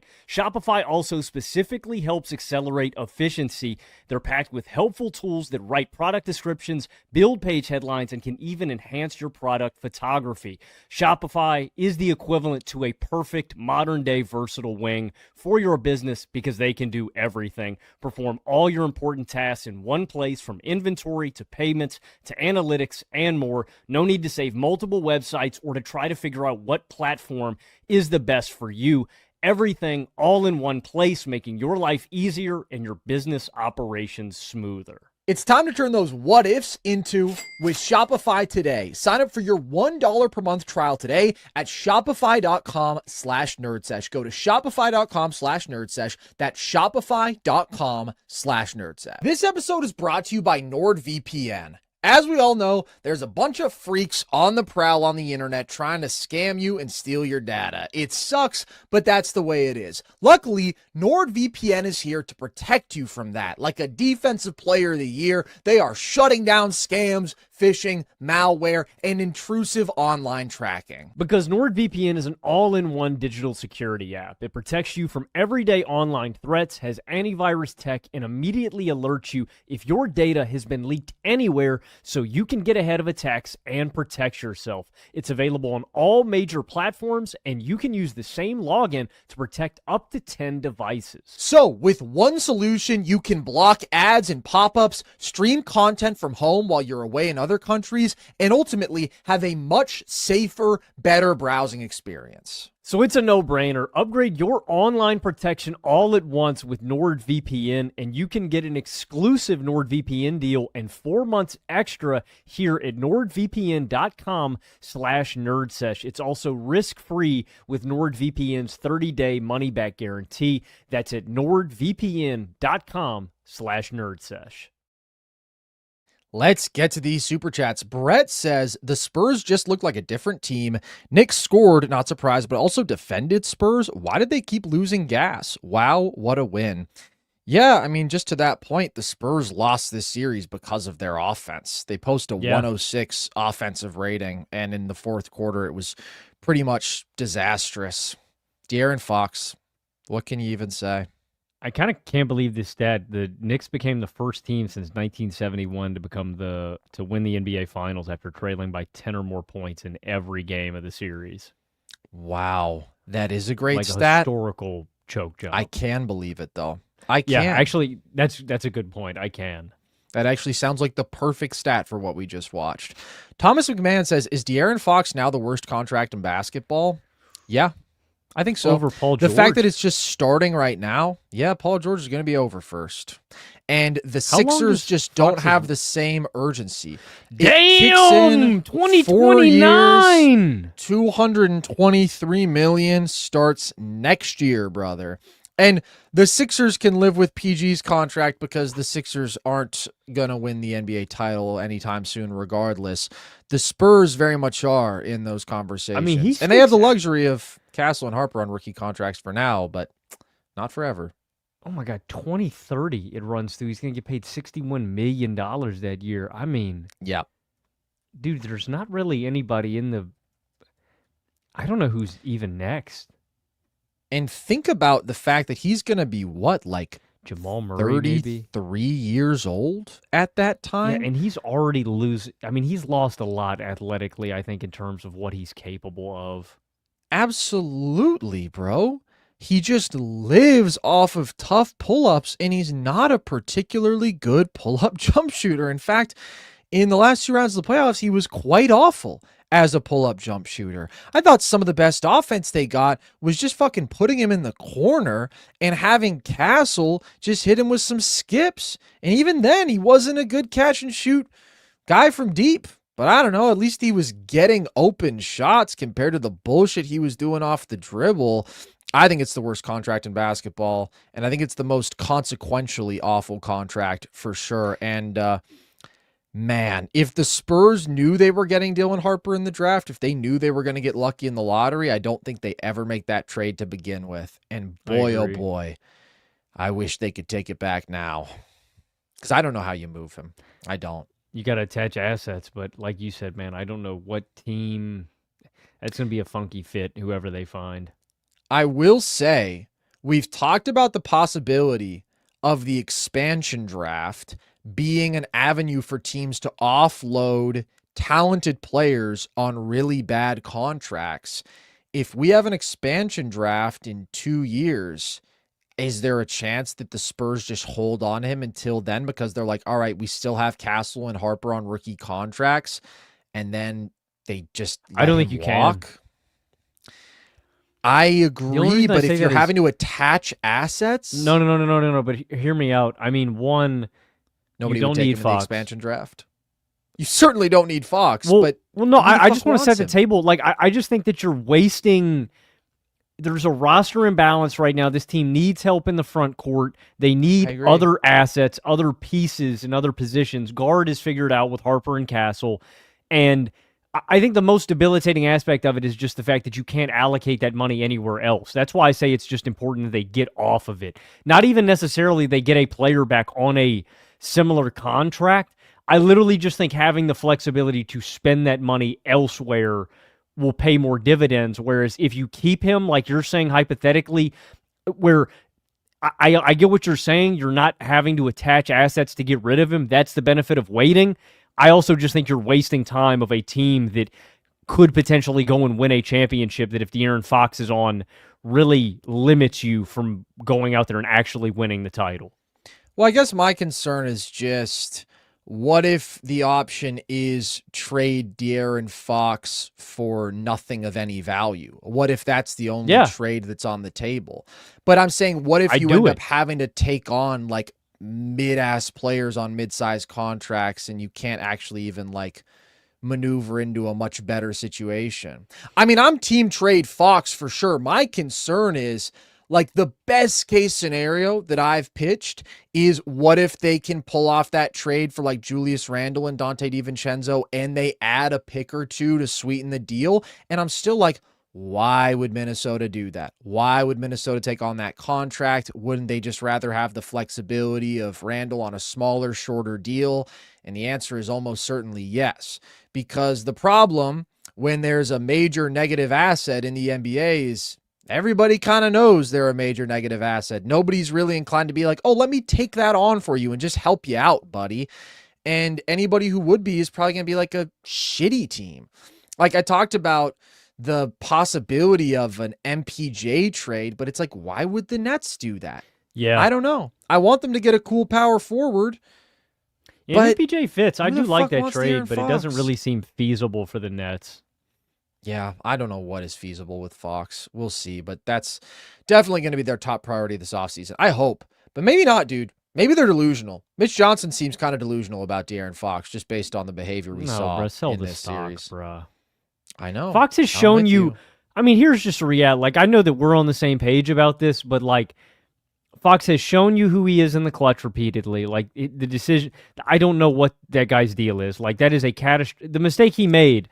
And again, I'm mad that it took away from like the fact that Wemby played so poorly in the fourth and missed free throws. That's one of the most catastrophically stupid decisions I've ever seen from a player making one of the most important, high-stakes, high-leverage spots. This is a guy who's routinely made mistakes in the clutch. But the bigger issue, bro, I mean, Fox has just regressed athletically so drastically. Like, and I understand making the trade initially before you realize that, to double down and back him again and say, no, this is still our guy, we're right. Why do you feel that you need to commit to the guy? You don't. You've got two Yeah. guys that are better than him on rookie contracts. Like I really don't understand that feeling like you need to be married to Fox. I completely agree, but the coat may be incoming. The coat may be incoming of his ankle. He wasn't 100%. We did trade for him. We believe in him. It's not necessary when you have fucking Dylan Harper, but it might happen. I don't know, but like even the best case scenario with Fox is just not that good of a player because the pitch is like, okay, he's a super mediocre defender, he's a super mediocre passer, and he's a pretty low efficiency scorer because he lives off of pull-up jumpers, which he's just okay at. He doesn't get to the line very much at all. It's like that's just not a mold that I'm interested in. It's one thing when you're like, oh, we need a guard to pair with Wemby because Wemby's ready now. You have two guards, and you have one guard in Dylan Harper who's flat out special, who are going to be paired with this guy for a long time. So we'll see if they get a reality check. Brett says, Spurs fans, you got a lot of crap, but know this isn't your last shot. OKC fans respect y'all and look forward to battling y'all. Ignore the haters. Yeah. This is true. It does suck that the Spurs didn't get one on their home floor. That's getting bitched, man. That does suck. I will say this is an important thing to hammer for the Knicks. They got one in, dude. I thought it was going to be Spurs Thunder, Spurs Thunder, Spurs Thunder. The Knicks got one in. Correct me if I'm wrong. Did the Knicks end this on an 11-game road winning streak? I think 9-game. That's incredible. The only road playoff game they lost was Game 3 in Hot Atlanta. CJ McCollum. The NBA champion Atlanta Hawks. Mm-hmm. True. Chris World says Spurs choked every game they lost this series. I think they'll be back, but they've got to get better in the clutch. Get Fox the fuck out of there, too. Yeah. Phenomenal take, Chris. Stephon Castle, after Game 4, said that the Spurs had determined the outcome of every game. And I think that's true. When the Spurs lost, it's because they melted down catastrophically. Like they were in good position to win every single game. And that's not to take away from the Knicks because they actually held steady and got better in the big moments. But there's no way the Spurs look at this and they're like, man, we shouldn't have won that series. Like this is going to be one that they look back on forever in a really unique way for a 5-game series. It's a complete missed opportunity. Ace Solo says, who's a prospect you rated high out of the draft and thought would be a superstar and they failed in the league? Who's a prospect you rated low and they became like a star or a superstar level player? Let's see. Somebody who I was really high on out of the draft. This is really before we started doing real deal draft evaluations. This was probably just a guy that I saw like on my TV once. I was enamored with Terrence Ferguson. I thought Terrence Ferguson was going to be good in the league. How about somebody who you actually evaluated as a prospect? Actually like evaluated somebody in the 2020s. Let me look at one of our recent boards because I still have my old ones. I'm trying to think about somebody who I really liked. I mean, I will say so like Jalen Green and Scoot Henderson, they were number 3 on my board in their respective classes. Like I was Mobley and Cade over Jalen Green guy, and I was Brandon Miller over Scoot guy. I still thought they were really good prospects, though, and so they're definitely big disappointments. Like, they were not my guys at all, but I thought they were going to be a lot better than they were. Logan, you really liked Jaden Ivey. I'm just looking through these classes. Oh, yeah, that was your guy. I love Jay. I thought Jaden Ivey was going to be a superstar. That's a great pull. Yeah, I was fully bought in on Ivy superstar stock. And then somebody who... I was low on, who ended up being a stud, who ended up being like a star level guy. I feel like there have been a few guys who I've underestimated. I mean, you loved him. I wasn't as high. Maxey, I was not high on. I know you loved him out of the class. That was like my best call, to be honest. The fact that he went 21 and I was sky high on him. But I'm looking through recent drafts. I think back, and I wasn't really like that deep into the whole draft process at the time, but I was not a Trae Young believer. I did not think he was going to be successful at the next level, and he's flawed, but he's definitely multiple-time All-Star, so got to give him his props for that. I feel like Şengün, I was like, he's okay. Although actually, We is liked Şengün him. even good now? We Yeah, for liked like him as a being the prospect. 16th pick. That is true. I wish I was higher on God. Hallie, to be honest. Actually, for as much as I I've love got a Hallie in the bevy of NBA. I got a bevy of bad takes. I love Johnny Davis. I was a huge Johnny Davis guy. Yeah. Well, that once you start looking into like the back half of the top 10, you're gonna have guys who you miss on. I really liked Zaire Jarris Williams. Walker and Taylor Hendricks. The jury's still out on those guys, I guess, but not exactly off to a smashing start. Cody Williams, probably like the worst ever, where like I thought he was a good pick at 10. Same. And he had a good March this year, so maybe that'll turn around.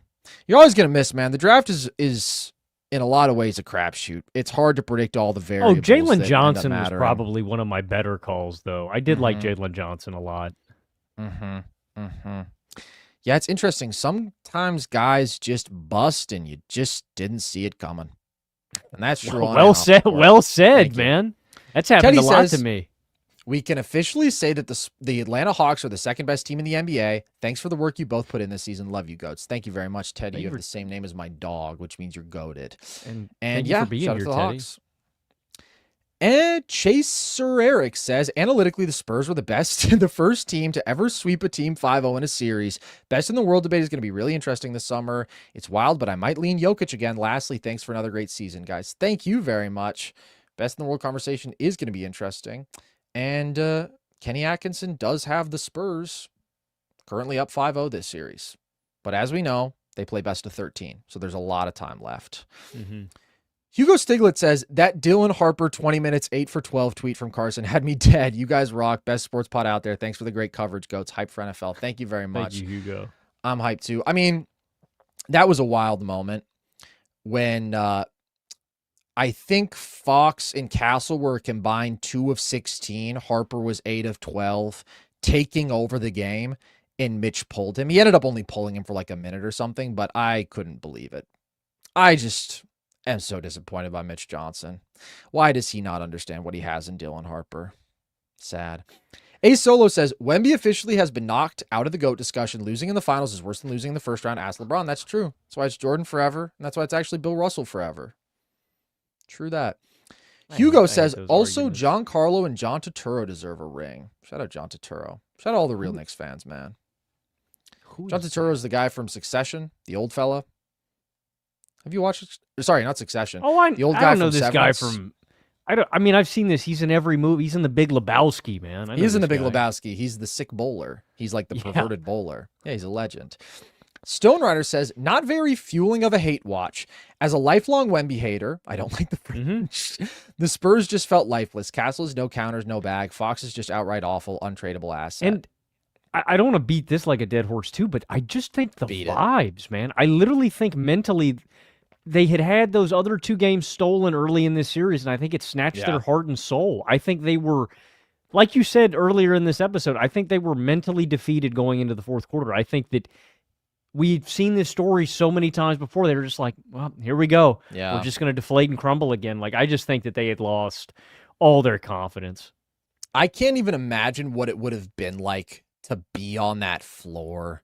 That must have been the worst. In the fourth quarter, like, you've been here 4 times in this series now. You know how it's gone. That can't not affect you mentally.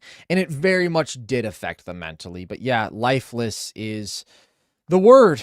Lifeless in the clutch for sure. Castle, definitely disappointing at the end of this series. Definitely a lack of counters. Definitely a lack of shot making off the dribble. Against a lot of people, he can kind of just bulldoze his way to the rim, and he's a good finisher and just a handful as a driver. But for sure, he's got to add a little bit more nuance and skill to his scoring game. But that's what Dylan Harper's there for. So we'll see. But yeah, Fox, I just couldn't believe that he kept on shooting, to be honest. I was like, anybody but him. Go down with anybody but him. And they went down with him. Chris World says, Fox and picks for KD and let Harper start next year. The Rockets, I don't think, would do that. The Rockets would never do that, unfortunately. They would never attach themselves to Fox for 4 years. Make them better, yeah. Yeah. Ace Solo says the Brunson edit's about to be legendary. I'm looking at you, Becky Hammond. Brunson about to go over a lot of people's faves. Point guards, Kyrie, Dame, Stockton, Bugging. CP3, He Nash. said All right, Chris all right, all right, all Paul and right, all Steve right, all right, all right, Nash. all right, all right. Chill, chill, chill, chill, chill, chill, chill, chill. This is what I do not want to happen. Like, But I'll put him over John Brunson, Stockton. incredible Peace, performance. John Stockton. Peace, cuh. I mean, it all depends on what you're talking about. Peak, sure. Overall career, definitely not. Stockton did that shit for 20 years. Who would I rather have to try to win a title? Give me Jalen Brunson. If you're talking about the career value added, the career impact, would you have Jalen Brunson rated higher than John Stockton right now? I just think Brunson's apex is so much better than Yeah, Stockton. that's what I'm saying. I don't think Stockton has a more valuable skill set than Jalen Brunson. That's totally fair. I think it's totally fair to say winner peak with what Brunson he does over Stockton. But I'm saying if we're doing all-time rankings, Jalen Brunson is definitely not over Stockton. Definitely not over CP3 or Nash. Not over Dame for me. Kyrie. Although Dame, peak for peak, Brunson might have it. Like, Brunson's playoff scoring is just translated at a different level than Dame's. He's led to better playoff offense. So, peak for peak, I give it to Brunson over Kyrie, Dame, and maybe Stockton too. Not the other two, though. The other two are in a different tier. Let's be honest. Casey from Sporkle says, it's official. Only CJ McCollum and Donald Trump can stop the Knicks. True. Those are the two. That's a hell of a fucking duo right there. Shout out to CJ. What a moment in time when he was just frying them. Crazy. And yeah, DTJ, he's got to wear that. He's got to wear that. He stopped what could have been one of the greatest undefeated runs in playoff history. It's all on him. The most expensive nap of all time. He did. He did indeed. Joe Knapp says, Wemby struggled dealing with physicality this postseason. What options do the Spurs have for fortifying their front court depth this offseason? Great question, Logan. Get off of De'Aaron Fox's money, and then you have all the flexibility in the world. I mean, I really just think it's about just finding a playable, like, four. Yeah. I mean, it's really as simple as that. Like, I think they've got a lot of depth at other positions. Like, Keldon is a backup three. You know, I don't love him, but, like, he's okay off the bench. The Spurs like him. He's a Spurs guy. Like, Castle and Harper will be back. You've still got Wemby. You've still got Cornette. You've got the framework of, you know, a lot. Champagny and Vassell. Like, I literally just think it is about somebody who can play actual just 4 minutes. So, yeah, probably a trade. I just don't know what exactly that looks like. Yeah, I think, honestly, Julius Randle makes sense for them just because of the physicality that he brings to the floor on both ends. The Wolves would do that. Now that I agree. Like, just with what Fox I agree. I'm wish casting for the Spurs, although I also don't like Julius Randle at all. But like the fit makes sense. They could go the route of like the movement shooting for like an MPJ. But I think what they really do need is like that sort of size, that physical imposition, somebody who can guard the post so Wemby can roam. Although they did a good job of guarding Cat with the wings. Like that was a big thing that they did figure out as this series went along. It doesn't have to be a star trade. If they can't get off of Fox, like maybe could you pick up a John Collins for the cheap this offseason? He's not really the mold that I'm talking about, but he is a good power forward. You want somebody who has the shooting skill, has the athleticism, has some physicality to play both ends alongside Wemby. I don't know who that's going to be. Tobias Harris, his contract's up. He'd actually be a pretty cool fit. But again, you got to find a way to free up that money. Yeah, I think it's just about like getting just more playable guys in-house too. Like Sayonara, Kelly Olynyk, and Bismack Biyombo, and Mason Plumlee, and Jordan McLaughlin, and Harrison Barnes.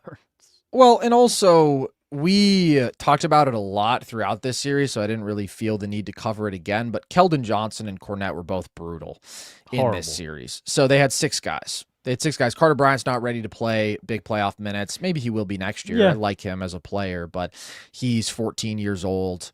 And Cornette, it was rough out there, dude. I mean, I know he was sick tonight. Bad. He was struggling to catch the ball. Like, I was scared every time that they tried to get him involved in any way. I was like, oof, yikes. And then Keldon Johnson just had an absolutely terrible series, an absolutely terrible postseason. And he doesn't matter for them. after his contract is up after next year, I think they'll probably just let him walk. He's not a needle mover at all. But yeah, I would definitely like to see them get an actual power forward in. And like they do have a decent cap situation just because it's unfair that they have Wemby, Harper, and Castle all on rookie contracts. So they might be able to pick up one of those mid-sized guys outright in free agency. Chris World says LC the Kid called the Knicks winning. He did. He did this series. I know. I've been a Knicks fan all year long. I knew this was going to happen. That's why I had to call you out for a little stolen valor, because I'm like... No, you're not dragging me in the mud. I picked the Knicks to win this series. I've been a Knicks fan this whole way, dude. I knew the Knicks were going to do this since the end of the regular season. I definitely did not go on a House of Highlights show and was one of the people who said staunchly, the Knicks cannot win the title this year. I was definitely not one of those guys. It is wild how far they've come. I did not see the vision. No, me and you both had them smack dab at number 8 the whole year long in our contender rankings. And Knicks fans lived in our comment section going, they were right. What the fuck, guys? They've been playing great basketball. And we said, yeah, I'm cool. Can't be moved until I see it in the playoffs. Can't be moved until I see it in the playoffs. Saw it in the playoffs. I'm moved. Skylander Gamer TV says, Fox, enjoy the flight to Cancun because you're not coming back to San Antonio, buddy, if I have anything to say about it. But Mitch will start him over Harper. True. That's his guy. That's Mitch's guy, man. And if there's one thing that I like about Mitch Johnson, it's that he's loyal. The sneaky thing is, Harper's also better than Stephon Castle, who plays over him too. So obviously I like Castle a lot more than Fox, but it's like, when are they just going to embrace that Dylan Harper is the cornerstone alongside Wemby? I don't know. Hopefully next year. If he doesn't start next year, I'm crashing out. Nas Reed says, fun fact about Nas Reed, he loves Jalen Brunson. Doesn't surprise me. Nas Reed, man of culture. Bag work. That's just bag appreciating bag right there.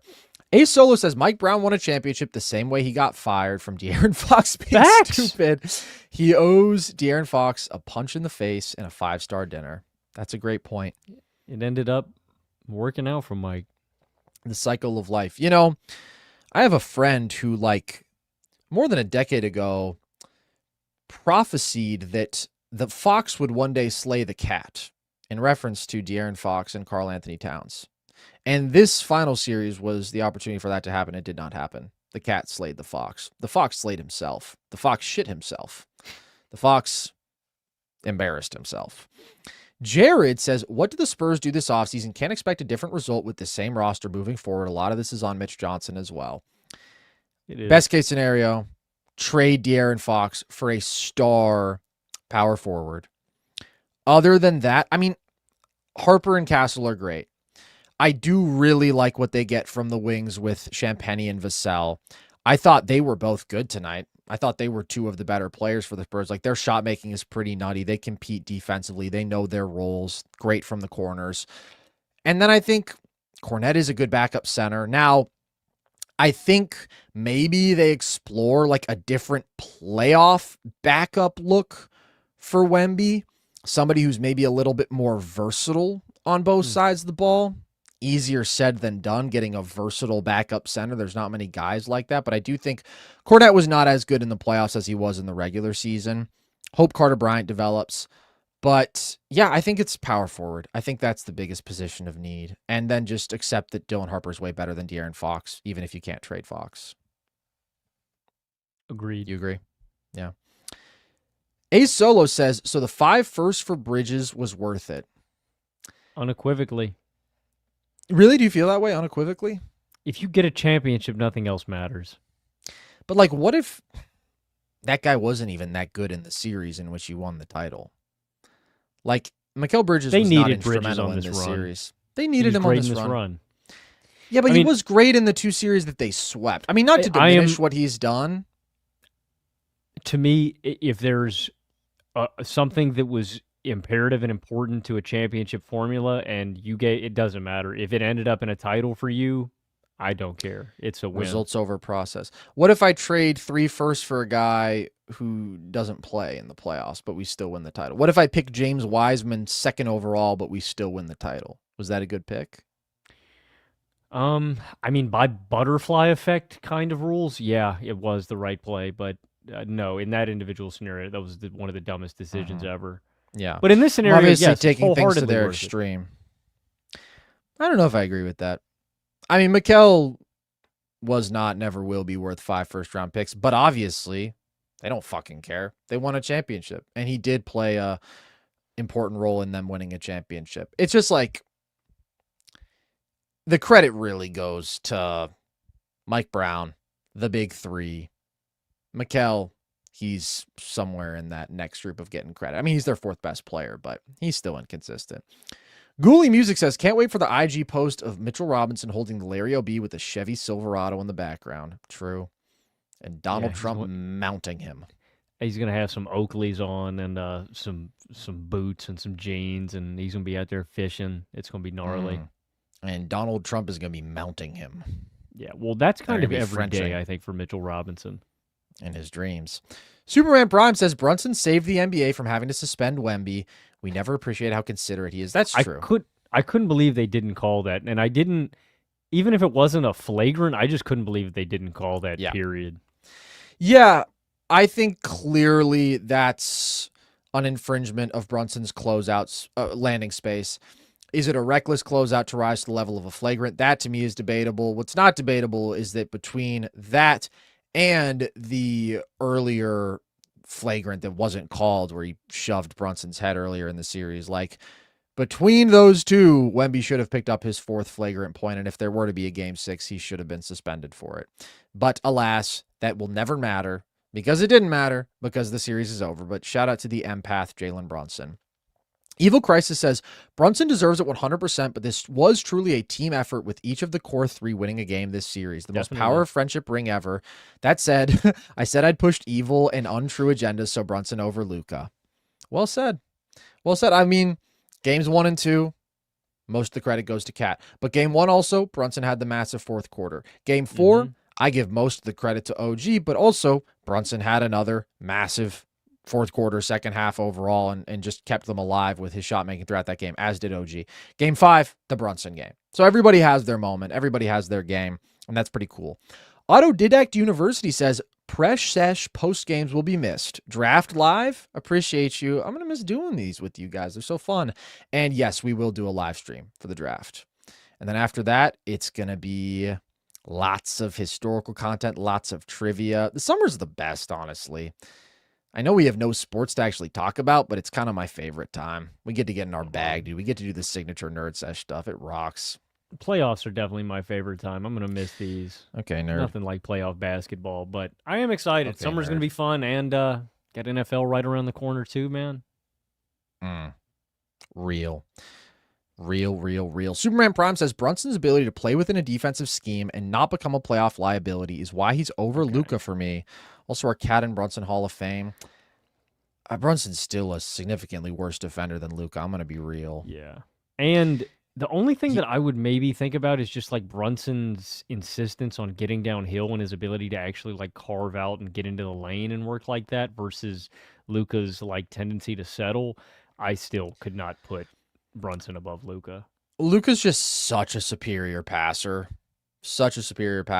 Much more valuable rebounder. So it's like, even if you think the scoring is a wash, which I think you could definitely argue, Luka's still got it. And defensively, Luka also at times can fit into a defensive scheme and not be a glaring liability, but sometimes he is a glaring liability, just like Brunson was at times. I think it's more a credit to the Knicks' defensive infrastructure, their ability to hide him, Cat leveling up defensively in these playoffs, which I did not see coming.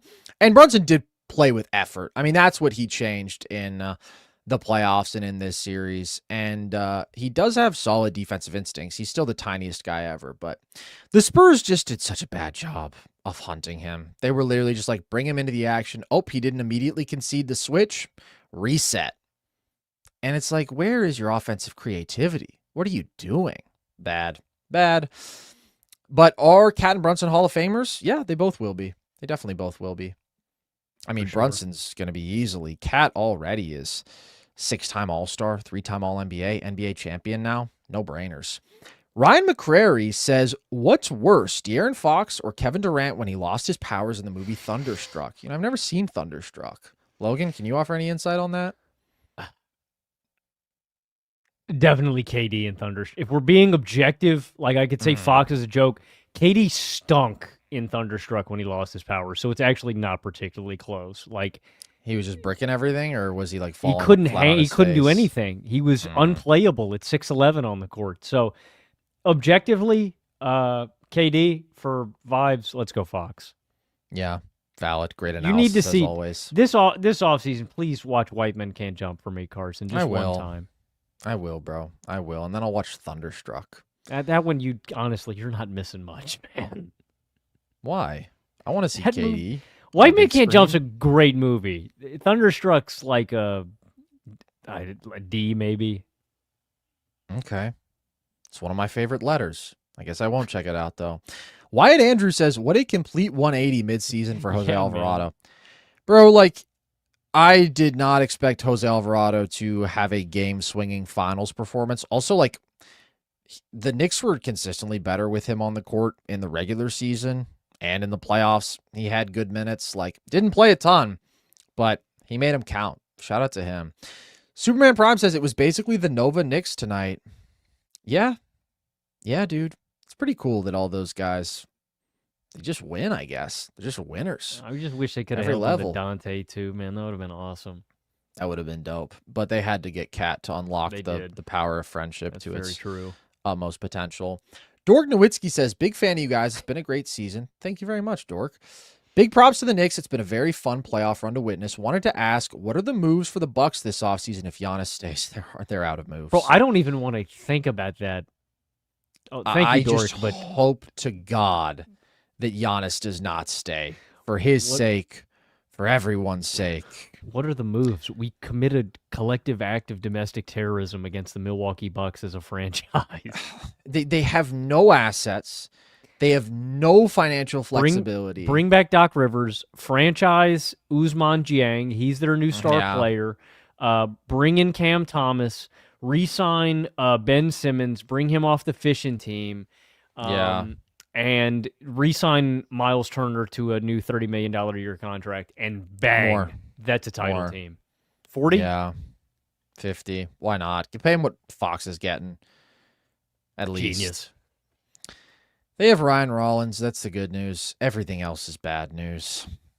There's no path to them being good. Luke Taylor just throws us some bands. Thank you, Luke. Shout out, Luke. Amadou says, man, you guys are too pure of hoop fans. Not me, though. I got agendas to push. I got over-the-top glazing to do, and I got hate watches to complete. Safe to say I loved every minute of this series. How could you LMAO. not, Amadou? I mean, Yeah. classic. Yeah. And look, I mean, we're pushing agendas like crazy. Are you kidding me? I push agendas every day. And I'm a glazer. I'm a massive glazer. But gotta love the basketball. It was great basketball.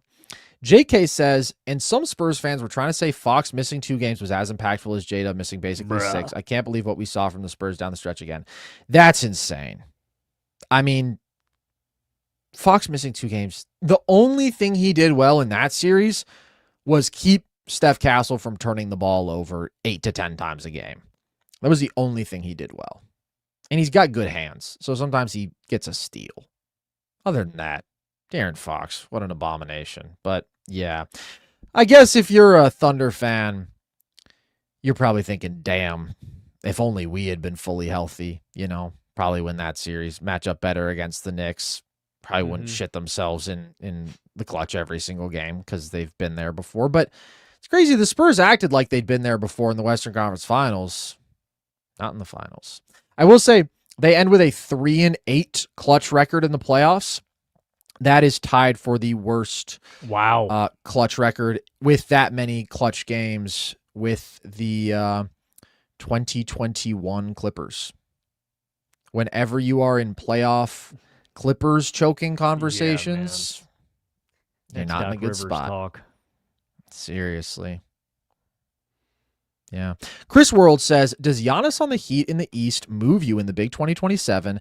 Giannis, an 83-man, and whoever else better than Tyler Hero, at least, lol. It moves me enough to be like, I'd like it for Giannis and I'd like it for the Heat. It'd be fun to see. It'd be clunky. Could they win the East? But I don't think it's as clunky as you think. I think it's actually like one of the coolest front courts we could see. The defensive versatility would be absolutely orgasmic.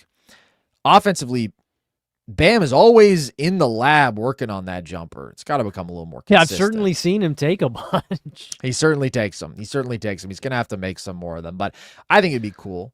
Ball handling, passing, driving combo, crazy defensive versatility, rim protection, rebounding from both of them. Super athletic. I'd like to see it. I think it'd be cool. Ed Chase Eric says, where does this Brunson performance rank among the last decade? SGA beta, but frankly, this was better than any of SGA's finals games last year. Yeah. Yeah, where does this rank among the finals performances, the best finals performances of the last decade? Finals MVPs? I think we're talking about this game. Oh, this game? Well, that's how I took it. I would put it right next to Giannis's closeout performance. I think that's probably number one, right? Giannis's closeout game better because he was also awesome defensively in Any Jokic that games game. I'm forgetting about, though?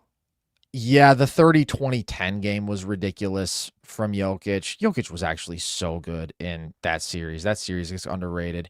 Game 4, Steph, I take against the Celtics in 2022. KD, it's tough because you're like, Just the 10 years stakes just weren't there. 2016?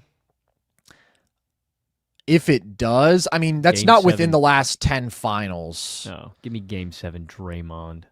Oh, that was ridiculous. I thought you were going to say basically games 5 through 7 LeBron because he was absolutely out of this world. I'm trying to think. Kawhi was really good. He doesn't have one individual game that was insane like that. Jimmy had that one awesome performance in 2020. Giannis actually had a couple great games in 2021. I'm just sort of going through. It was better than J-Dub getting 40 last year. I don't know. Stakes considered, I think it's pretty high up for me. Yeah. Just considering it was a closeout game. That's true, for sure. I just kind of want to make sure we don't miss anything. But yeah, I guess I would say I would have it behind Giannis getting 50, Jokic 30, 20, 10, Steph game 4, 2022. Then after that, we can't forget about LeBron game 1, 2018, even though they lost. That's one of the best performances in a loss I've ever seen. Also, same vibe, Steph 2019, the game when he had 47 with both KD and Clay out and they lost. So that probably is below it. But yeah, it's definitely one of the best that we've seen. Shout out to him. Absolute baller performance. All right.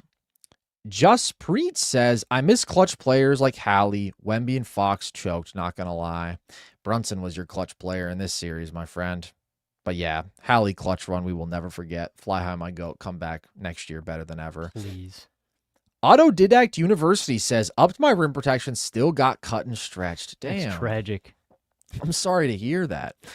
Superman Prime says, can Bucks leverage this to trade Giannis to Spurs? I think they start a trade war between the Spurs and the Thunder because the Thunder won't let the Spurs have him. The Thunder aren't doing all that, I don't think. The Thunder are not at any point going to trade for Giannis. The Spurs, does this reopen that conversation? Here's the problem. Could you sucker them into taking Fox? Why? That's the problem. Because it's like you're not giving up Harper or Castle. You're throwing Fox and picks. They have picks, but the Bucks would probably rather die than get Fox. As many as it takes. I don't know. I would be interested in seeing the Spurs pursue Giannis. All year I've been saying I'd like to see them trade Fox for Giannis. But then it was like, whoa, they're so good. Maybe they don't need to mess with things. But now it's like, yeah, they can definitely get off De'Aaron Fox. That would be sick. The Giannis Wemby fit, oh my goodness. Although I will say, Harper, Castle, Giannis, a little weird. Got a lot of dudes trying to get downhill. A lot of dudes who want to have the ball and are trying to get all the way downhill. So that might be funky, but that defense, holy shit. And everybody's going to be able to get to the rim, dude. Them in transition would be disgusting. Yeah. Amadou says, thanks for lifting the curse, LC. All is forgiven. Thanks for another great season of great NBA content, boys. I've been loving your reverse trivia gauntlets. Keep it up. See y'all at the NFL kickoff. Thank you very much, Amadou. Thank you, Amadou. Maybe see you over the summer, too. You know, we'll still be here. It'd be nice.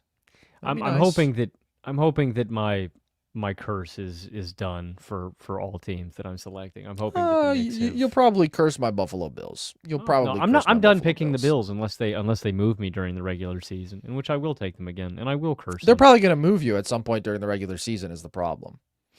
Yeah, but like I should have trusted my gut last year. I let your Bills propaganda get to me, and I shouldn't have. I was. You out made on your them. own decision as a grown man. I did, but I got to listen to this handsome guy across from me every week go, Josh Allen, he's the GOAT. And then I'm like, he's going to do it. Okay, I will say, yes, I did say Josh Allen is the GOAT because it's true. I also said this defense fucking sucks. And we don't have a number one receiver. But I still believed. I always believe. I don't know what I'm going to do if they lose like that again next year. I would just, if they lose regular style in the playoffs, I can live with that. If they lose in the most heartbreaking fashion again, that I just can't deal with, Logan. I can only take so much. Autodidact University says Knicks get their first real chip. Okay, let's not disrespect the 70s Knicks. I like those teams. Prime Dr. J, Prime Artist, Prime Barry, Prime McGinnis. Change that early 70s landscape. Sorry. Troll toll. All right. I see what you're going for. The ABA. We respect the Knicks chips. We do respect the Knicks chips because they still had to go through some dogs and they still had to beat Wilt Chamberlain and Jerry West and the boys. And those guys were pretty good. Glenn says Brunson is the third highest salary for the Knicks. No shot to Brunson, but for small guard to be the best player to win it all. Maybe this is a way to do it. Correct, Glenn. It's a great take. It's a great take. And credit to Brunson for doing that, taking that sacrifice. I mean, he's obviously made it back and much more. People were saying that was an overpay at the time, though. I still remember that. No, I'm talking about his second contract. Oh, okay. The original contract, for sure, that was just like he didn't have the value to be a max guy yet. But not taking the max the second time around definitely opened things up for the rest of the team. But yeah, I mean, he's doing just fine. He's in every commercial. He's in New York. He's the king of New York. Evil Crisis says, I don't think it's a coincidence that the top superstars all struggled this playoffs. An interesting meta that focused on them more than ever. Glad the Knicks won, so we don't need to discuss misflagrants. I completely agree with the point about superstars struggling. And that's why it's funny that it's like, ooh, Jokic goes out in rough fashion. Shea goes out, not having a great series against the Spurs. Wemby goes out, not having a great series against the Knicks. Like, absolutely, defensive game planning for stars is better than ever. And it is a theme that I think we're going to continue to see. Like, it's tough to just maintain your volume in the playoffs as the number one guy. It's really tough to maintain close to your usual efficiency. And that is an area where we have to give credit to Jalen Brunson for doing pretty much just that, maintaining his volume, maintaining his efficiency. He had a team that could pick up when he had some worse nights, but also he's a damn good playoff scorer. Autodidact University says, Bars slogan, Mitch Johnson, De'Aaron, Dort to China. No, we're still holding on to Mitch Johnson, man. I hope he can grow. We shall see. Well, I'm cool booting Dort to China, though. We can do that. Yeah. Well, I mean, De'Aaron Fox first. Luke Taylor says, what did you get wrong or miss when you said the Western Conference Finals was the de facto finals? How can you improve your own analysis and fight your own blind spots? Logan? It's a good question, Luke. I mean, one, I don't think I put enough credence, even though I bought into the Spurs pretty easy. I remember the first month of the season, I had moved the Spurs into my top 10 contenders, which, like, I know you had them in the top 5 after, like, 12 games, which credit to you because nobody else was that high on them that early. I know, and a lot of people kind of thought I was crazy for that, but honestly, even though I was very early for considering the Spurs to be contenders, I even wrote them off, and I think that was probably my first issue, was that I was like, all right, a team this young can't get to the final. So I'd say that my first blind spot for this season specifically was not putting enough credence in the Spurs' ability to actually beat the Thunder, because I was so convinced that OKC was going to win, and then they were just a much better matchup for the Knicks. And so I just overlooked the potential for the Spurs to get there and actually how they matched up individually with the Knicks. And I don't know, for improving my own analysis and the blind spots things, it's just so hard because regular season basketball is so different from playoff basketball. That's all I'd say is, like, I don't know. Like, I couldn't buy in on the Knicks because I was just so hung up on the defensive aspect. Even though they were a good defensive team, like, I don't know. It's like some teams, the game is just so different. That's all I'd say on like my own. I just think the game is so different. It's hard to pinpoint in the regular season. This is going to translate and this isn't. And so I guess I'd say for my own blind spot this year, I was just so convinced on the Knicks defense not fully translating against the best teams like a Thunder, like a San Antonio, and it did. I will say, though, this series was still super close, and like the Spurs had an opportunity to win all these games and built in a bunch of margin in the beginning. It just so happened that the clutch offense overrode kind of everything. For sure, but obviously the Western Conference Finals were not the de facto finals. They weren't. Because a team from the Eastern Conference won the title. I will say by the time we actually got to this series preview, that was no longer my feeling. I felt the Knicks really could win the series. I didn't pick them to. You did pick them to. But also, all year and throughout the playoffs, I was like, yeah, the Western Conference Finals are the de facto finals. Because I was super high on the Thunder and the Spurs, I totally underestimated the Knicks. I think the biggest thing is what you're saying, underestimating their defense, specifically underestimating the defense of Cat, which I just did not foresee him taking the leap defensively that he did in these playoffs, and also being so good in the Wemby matchup. Just totally did not see that coming. Also, their offense reaching another level. I did not expect them to be as insane in terms of shot making as they were. They had one of the best shot making runs we've seen. Also, Mike Brown, even tinkering with some things in the playoffs that made their offense better. I didn't see that coming beforehand. And then specifically in this series, when I think about what I got wrong and still picking the Spurs to win in 7, the clutch difference is the biggest thing. Just not thinking that the Spurs' inexperience would matter, not thinking that De'Aaron Fox was going to shit himself repeatedly, thinking that Wemby was going to be the best player on the floor in the big moments. I think those are some of the areas where I overestimated the Spurs. Actually, when I think about the totality of what you're asking, right? Being wrong on thinking the Western Conference Finals was the de facto finals. I think over the course of these playoffs, that was more so about me underestimating the Knicks. In the finals, I think it was more so about me actually overestimating the Spurs. Once we got to the finals, I was like, this Knicks team is really impressive. The Spurs more so disappointed me. Then I was like, whoa, how'd the Knicks do that? I'm like, the Knicks, they've been playing really well. The Spurs more so shrank in some of the big moments. Last thing I would say is just the significance of matchups. I do think the healthy Thunder would have been a much tougher matchup for the Knicks, but the Spurs got past the Thunder. And that was a matchup the Knicks were more comfortable in all year. They had more success in all year, and that made it a much likelier outcome that they would actually win this series like they did. So we're always learning, man. You're always going to get stuff wrong. Things always surprise you. The playoffs always look super different from the regular season. And ironically, I thought that the Knicks were a team who were going to have some flaws that became more significant in the playoffs. And they ended up being the opposite, where they either improved upon those flaws, improved upon their strengths, just overall reached another level in this postseason that your boy did not foresee. Evil Crisis says meta that focused on defensively taking them away. This is about the previous chat about defending number one options for sure. Jake Martin says, thank you for your coverage all season and not shilling for evil sports gambling companies. Where does Brunson stack up against all-time players without a ring? CP3, Nash, Harden, etc. Spurs new head coach. They're going to ride it out with Mitch. They're just a classic organization in that way. Brunson's still below all those guys to me. Yeah. Yeah, I agree. Even with a ring, I just think their peaks are still higher. This is where circumstances are so important. They are.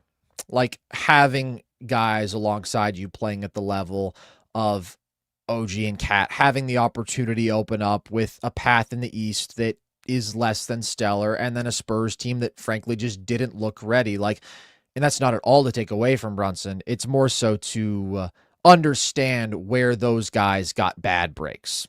Chris Paul, substantially better at his peak, insane longevity. I think the peak that all those guys reached as offensive engines is different. Agreed. I think the biggest difference is just the playmaking, the GOAT level playmaking from Nash, the very strong playmaking with elite playoff scoring from CP3 with elite defense, like strong plus defense, insane value in the possession game.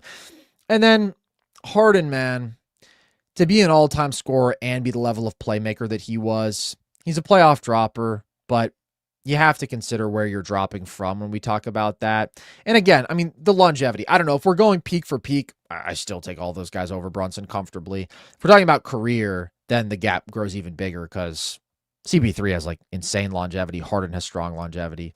Nash, not as much. Still a more robust career resume than Brunson, though. R2M Production says, love the content, happy for the Knicks and their fans. If they can shed their demons, the Sixers can too. Rank the top 5 funniest players to watch. Ooh. Ever? Lance, well, I'm guessing, right? Or are we going active? Okay. I was say thinking Lance active. Stevenson.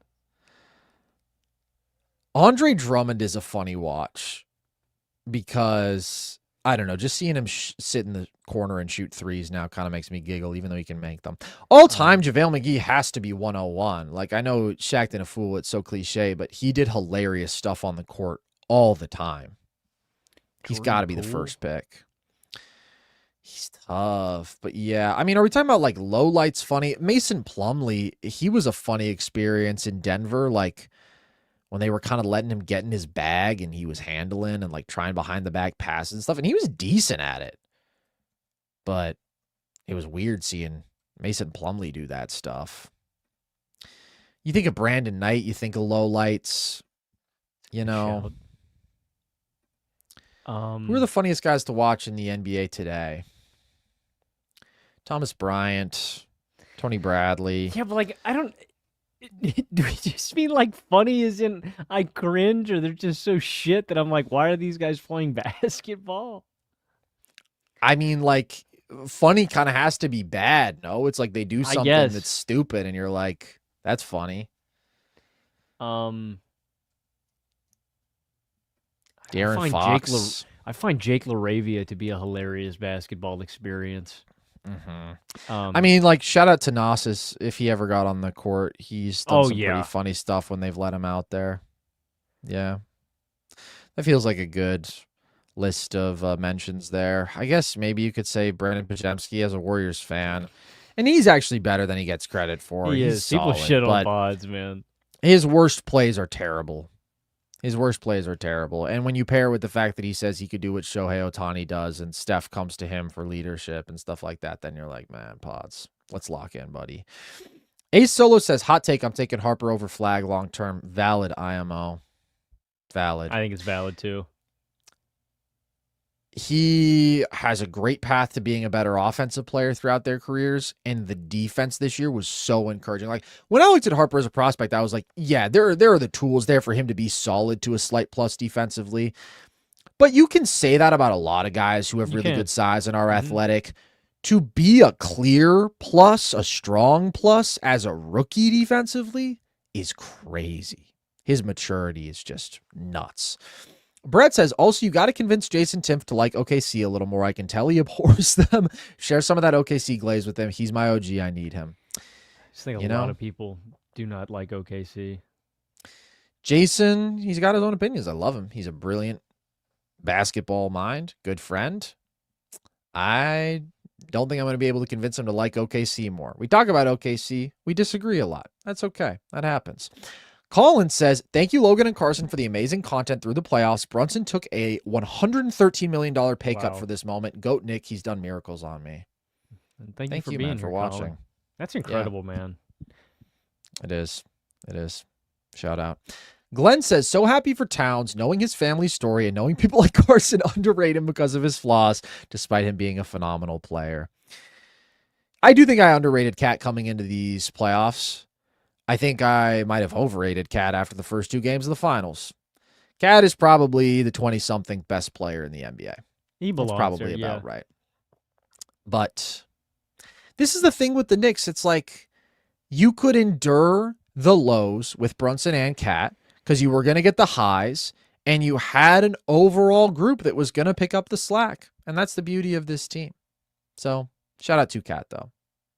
Shout out to him. The Uno says, controversial take, Jalen Brunson is now greater than most of the great modern guards. Luka, Harden, Dame, Westbrook, CP3, Kyrie, and Donovan Mitchell. Okay, I mean, we're disagree with Westbrook and Mitchell. Grouping together totally different tiers. Wait, you disagree with Mitchell? Like, I think all those guys are easily above Jalen Brunson, but, like, I would take Brunson over Westbrook and Mitchell. Okay. That's what I thought you were saying. Yeah, those are the two. And Kyrie is fair. Yeah. And Dame is even fair. Like, we're looping together totally different tiers of players. Totally different tiers of players. Like, CP3, Harden, Luka are in a different tier than the rest of these guys. But, yeah, I think it's fair to say Brunson over Dame, Kyrie, Mitchell. Yeah. Russ and Dame are probably the most arguable. Mitchell, for sure. Yeah. Glenn says, small guy, poor defense guy. Don't believe those definitions or labels. The so-called winning formulas is not inviolable law. Anything is possible. It's a team sport, man. Yeah, I mean, like, Brunson is a bad defender. You know, that's not a label. That's reality. But also, you can build a roster that works around that. It's true. It's maybe a more challenging build, but the Knicks achieved it. And the Knicks achieved it with a team that I didn't think was going to be able to. So credit to them for that. But we don't need to go and rewrite everything about every player on the Knicks. Like, they have flaws, but they have a roster that is able to compensate for some of those flaws. Kelly Wong says, Jalen Brunson is the best underdog story in NBA history. Winner. Trivia. Name 8 of the 16 players to win in high school, college, and the NBA. Thanks, nerds. Okay. Kareem Abdul-Jabbar. Christian Brown. Did Bill Russell do it? Bill Russell. I think, did he win a natty at McClymonds? Sounds good. Bill Walton. I mean, the high school is the toughest part of this. Brunson. Anthony Davis? That's a guess. That feels like a good guess. The high school part, once again, is going to be the toughest here. I'm thinking about dudes who won in college and the NBA. It's an easier list to whittle down. There's 16 players. That's good to know. That's interesting. No, wait, he didn't win at the... Did D. Wade win one at Marquette? No. No, it was Melo. Melo won one at Syracuse. Melo won one at Syracuse. Don't think he won one at Oak Hill. He might have won one at Oak Hill, actually. He did not win one in the NBA, though. We just got to think about dudes to win in both college and the NBA. And then from there, we can just put some shots up. I mean, MJ didn't win a national title in high school. Cat did not win a national title in college. They lost that year to Wisco? Did they lose to Wisco that year? Yep, yeah. All-time upset. Thinking about dudes like... I don't know. I actually don't know. Magic Johnson, maybe? Who? Magic? You ever heard of him? That's a good guess. I mean, he's got college and NBA. I mean, I liked most of our guesses that we had gotten. Oh, also, if Bill Russell did, which I think he did, Casey Jones would have done it too. Because they were... Wait. Were they teammates in high school too? They were teammates in college in the NBA. I don't think they were teammates in high school, actually. So maybe that's not true. I was thinking about Sam Jones or any of those other early Boston guys too. Should we look this up? Let's see. I mean, we got a handful that I think are right. Casey Jones, I do not think went to high school. Oh! Did he? No. All right, well... Anyways, some of those are probably right. Some of those are probably wrong. Ghoulie Music says Spurs should trade for Anurul Bitim. Yes, I completely agree. Although I think it's Anul Rap, isn't it? Oh, okay. So, are you doing Anul Rap Bitim research right now? No, I'm doing research on the trivia question we just got asked. I'm gonna have to go back and look for guys more recently because this list was posted in 2016. Okay. Rick Roby. Oh. Sasha Kaun, Mario Chalmers. Sasha Kaun, known winner. 2016 champ, Kansas champ. Yes. High school, Shane I guess. Battier. That feels Jason like an obvious Terry, one. Glenn Rice. Glenn Rice Magic in is a high correct school, huh? answer. Okay. Quinn Buckner, Indiana legend. Bill Walton, Kareem Yep. Abdul-Jabbar, Okay, we got Lucius those. Allen, Oh. Gail Goodrich, Jerry Lucas, Bill Russell, and Tom Gola. Should have just taken flyers on all the old UCLA guys like Gail Goodrich, Lucius Allen, all those guys, because they won the championship every fucking year with Wooden. And so now Brunson's on that list. I think, and I think there's definitely some more guys that should be there. Yeah. But Brunson's on the list. Brown is definitely on that list. I wonder if Anthony Davis, did he win in high school? Because that felt pretty good. That one felt pretty good to me. Anyways, we'll keep moving through. Autodidact University says, after Hallie for Sabonis, surprised Logan is so chill.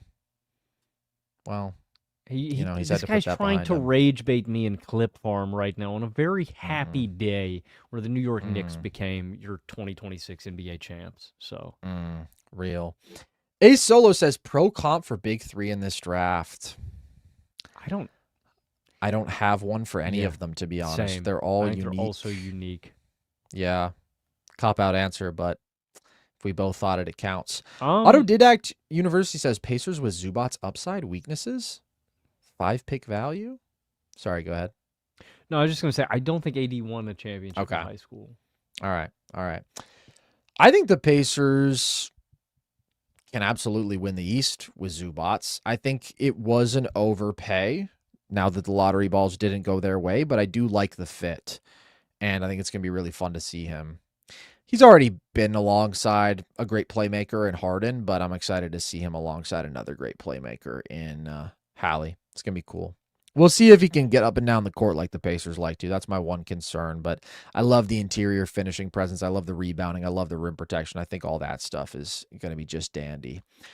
Superman Prime says, this is the fourth team you guys have said we're bad at targeting Brunson. At some point, you got to credit Brunson for playing within a system. You know, that is fair. I would give some credit to the ability of the Knicks to hide him. I mean, I think that's probably where most of it goes. But also, yeah, I mean, Brunson competing was the biggest difference between the regular season and the playoffs. Like, he was just more engaged. He fought more. And that does make a difference, even if you are a teeny tiny guy. So that's fair. Logan? Yeah, somewhat. I mean, I think that Mike Brown and them deliberately schemed some things to, like, you know, how he was helping and hedging in certain matchups, but I kind of still do agree with what we were saying. I do think the teams could have done it better, though. I do too. But it's very different from the playoffs last year when, like, Brunson was so egregiously bad defensively. And again, I mean, the Pacers were a better offense than any team that the Knicks faced this year. The Pacers did a much better job of involving Brunson in every action. I think a lot of these teams left a lot to be desired with their offensive process. So I think it's a little bit of both. Autodidact University says, playoff CP3, fourth quarter hero ball, no creation. No. Playoff CP3 never gets enough respect. Dude, he hit that 3 to cut the lead to 42. What are you doing? Why are you disrespecting him? Stop it. I'm not just, that's respect. Bruh. Scoring He cut the volume lead goes to up. Scoring 42. efficiency goes up. One of the great winners in the history of this game. One of the most impactful players in the history of this game. It's not his fault that he got hurt or Blake got hurt every fucking year. Terrible, terrible luck in the toughest West that we've ever seen. Mad underrated. Brutally unlucky player. One of the GOATs. All right. On that note, the NBA season is over, Logan. I can't believe it. What a season it was, though. What a whirlwind, man. An unexpected outcome, a wonderful outcome, a great run. Congratulations to all the Knicks fans. Very happy for you all. And we will see you guys all very soon. Offseason starts now. Came just like that, but we've got some great series coming in hot. We've got draft stuff coming in hot, so don't worry about us. We got plenty of stuff to keep you guys entertained. We will see you soon, and you know where to find all that stuff. All our full episodes on YouTube. You can listen across all audio platforms, and you can follow us across all social platforms for our daily content there. And with that, as always, we appreciate you guys, especially all you guys who have been in here on the nightly live streams. It's been a wonderful postseason, and we appreciate all you guys for joining us. So, with that, I've been Carson Brabber. I've been Logan Camden. And this was Nerd Sesh.